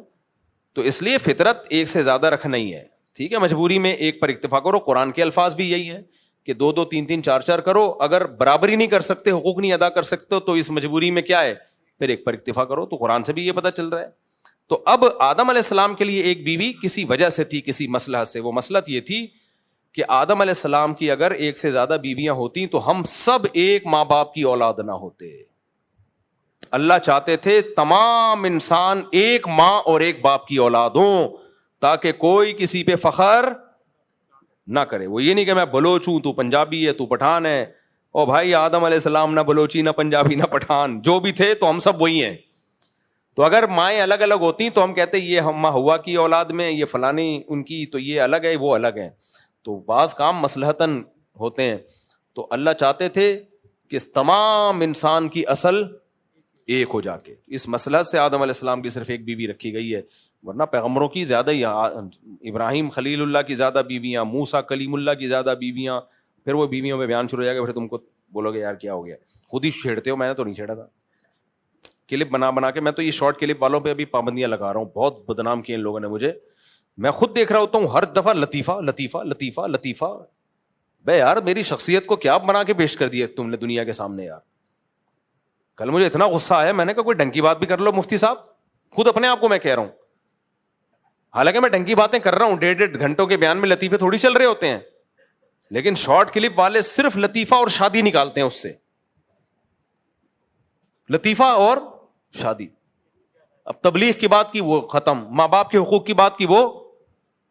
ابھی یہ جو ایکٹریس تھی نا بول فلم کی, جن کی فون آیا, ان کی والدہ نے بھی بات کی نا. ان کی والدہ نے کہا آپ ماں باپ کے حقوق پہ تو بولتے ہی نہیں, آپ شادی پہ بات. ابھی وہی مفتی صاحب, ماں باپ کے حقوق پہ بھی تو بولا کریں نا, آپ شادی کرتے رہتے ہیں. تو میں نے کہا ابھی ماں باپ کے حقوق کی بیان کر کے آ رہا ہوں میں, ابھی آپ کے سامنے تھوڑی دیر پہلے کیا نا. وجہ کیا ہے, وہ شارٹ کلپ والے کمبخت بھائی, ان کو تو پیسے بنانے ہیں. ہمارا ظرف ہے کہ ہم نے پابندیاں نہیں لگائیں, اجازت دی بھی ہے, اس کا آپ ناجائز فائدہ اٹھا رہے ہو. تو میں مسلسل جب دیکھ رہا ہوتا ہوں یار, پھر شادی پھر شادی پھر شادی پھر شادی پھر شادی پھر لطیفہ پھر لطیفہ پھر لطیفہ پھر شادی پھر لطیفہ.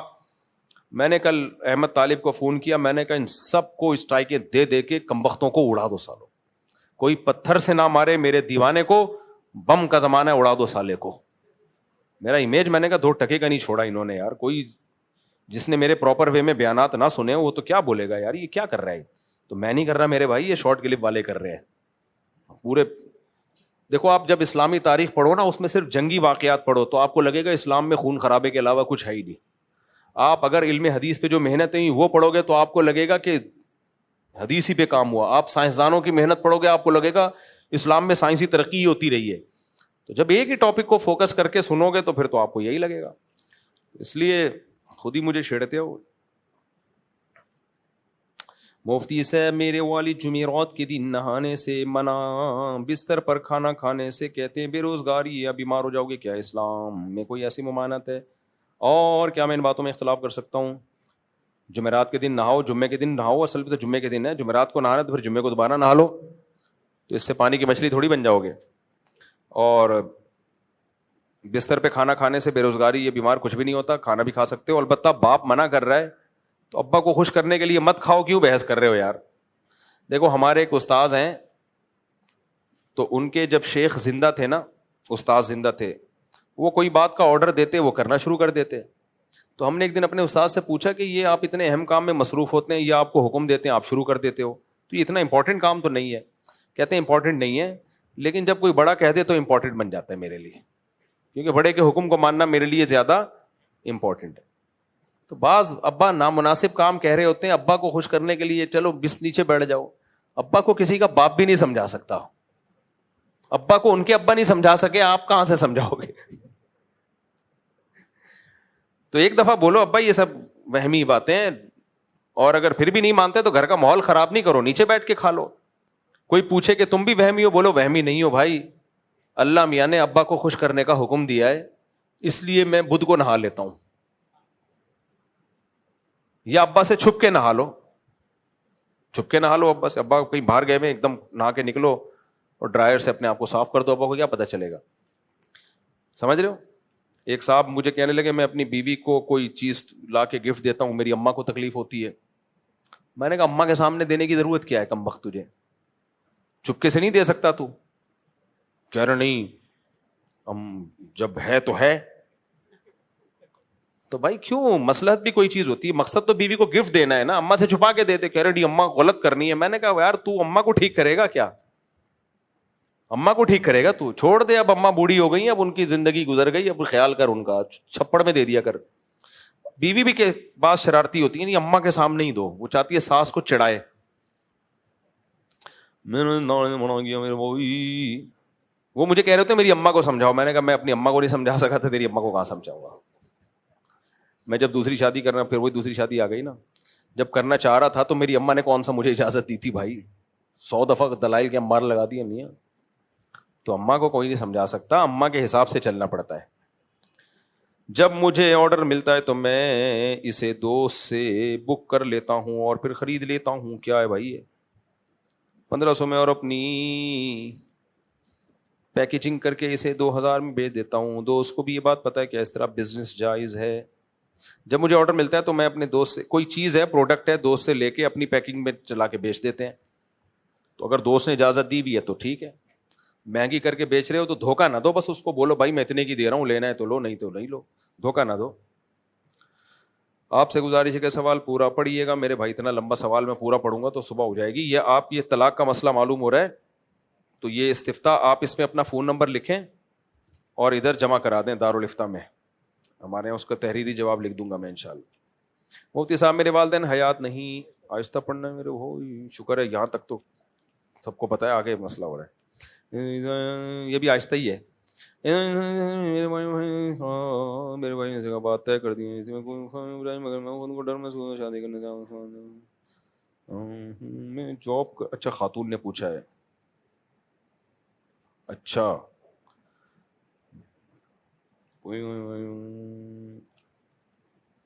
کیا جواب دوں میں جب سوال ہی نہیں سمجھ اناؤنس کر سکتا میں. بلا وجہ ڈر لگ رہا ہے آپ کو, آپ کا خوف صحیح نہیں ہے, یہ وہم ہے آپ کو, یہ جواب ہے اس کا. کیونکہ سوال اناؤنس کرنے کی اجازت نہیں ہے نا. تم گھر لے جا کے نہیں پڑھ لینا, مجھے دے دو. کسی خاتون کی بات ہے, اچھا نہیں ہے نا.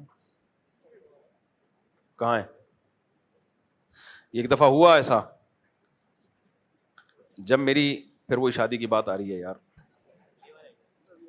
جب ایک دفعہ کا ذکر ہے, میں رشتے تلاش کر رہا تھا, تو لوگ خود بھی رشتے پیش کر دیتے تھے. بعض دفعہ کسی نے اپنی بیٹی کا رشتہ پیش کر دیا, کسی نے اپنی سسٹر کا, بھائی یہ مسئلہ ہے. تو ایسے ہی میں بیٹھا ہوا, بیان کے بعد ایک پرچی کسی نے دی.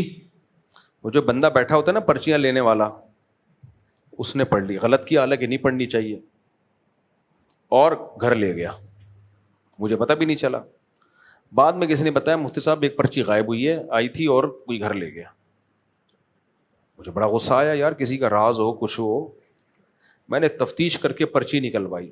پتہ چلا کسی صاحب نے اپنی سسٹر کے رشتے کے بارے میں بات کی ہوئی تھی مجھ سے.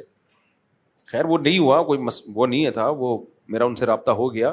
لیکن کتنی بڑی خیانت ہے یار, کیا آپ چھپڑ میں لے جا رہے ہو. ان کا ارادہ تھا میں خود ٹرائی مارتا ہوں. تو اس کے بعد سے میں بڑا ہوشیار ہو گیا. میں نے کہا بھائی یہ نہیں ہونا چاہیے.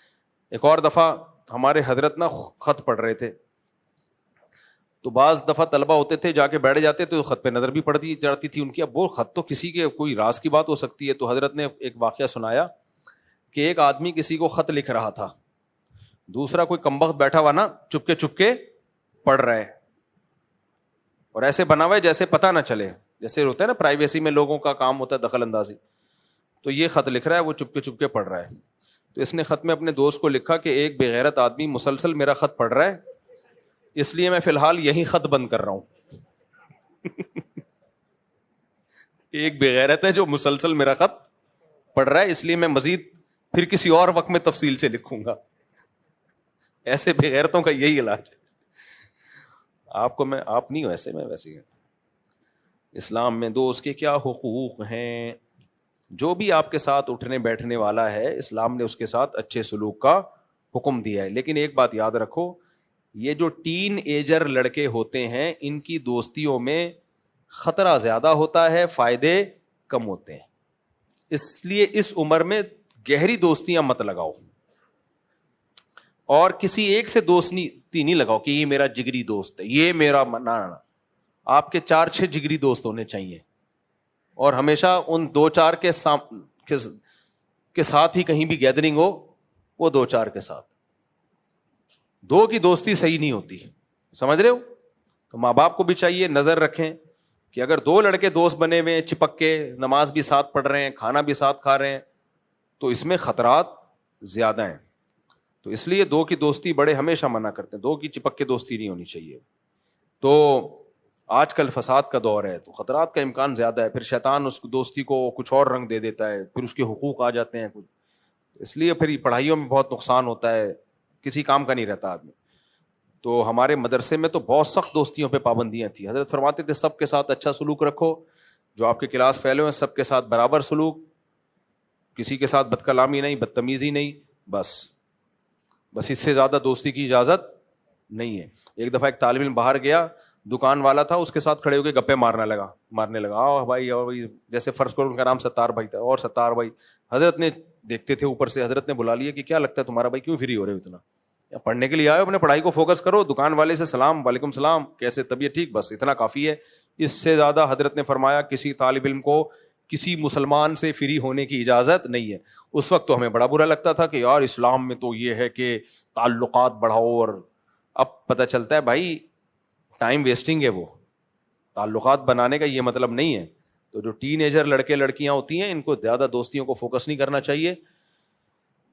تو سب سے مساویانہ سلوک ہو, بس سب دوست ہیں, 3-4 ہوں, بس وہ پوری ایک گیدرنگ ہو اچھے لڑکوں کی. ایسا نہ ہو کہ چرسیوں سے لگا لیں, 5-6 ہیں جی چرسی ہیں, تو نیک ہو ان سے 4-5, ایک نیک بھی ہونا تو اس سے بھی جگری دوستی نہیں, کافی ہو گیا میرا خیال ہے. اللہ تعالیٰ سمجھنے کی, عمل کی, یہ بھی ہے. یہ ہو گیا. اللہ سمجھنے عمل کی توفیق عطا فرمائے.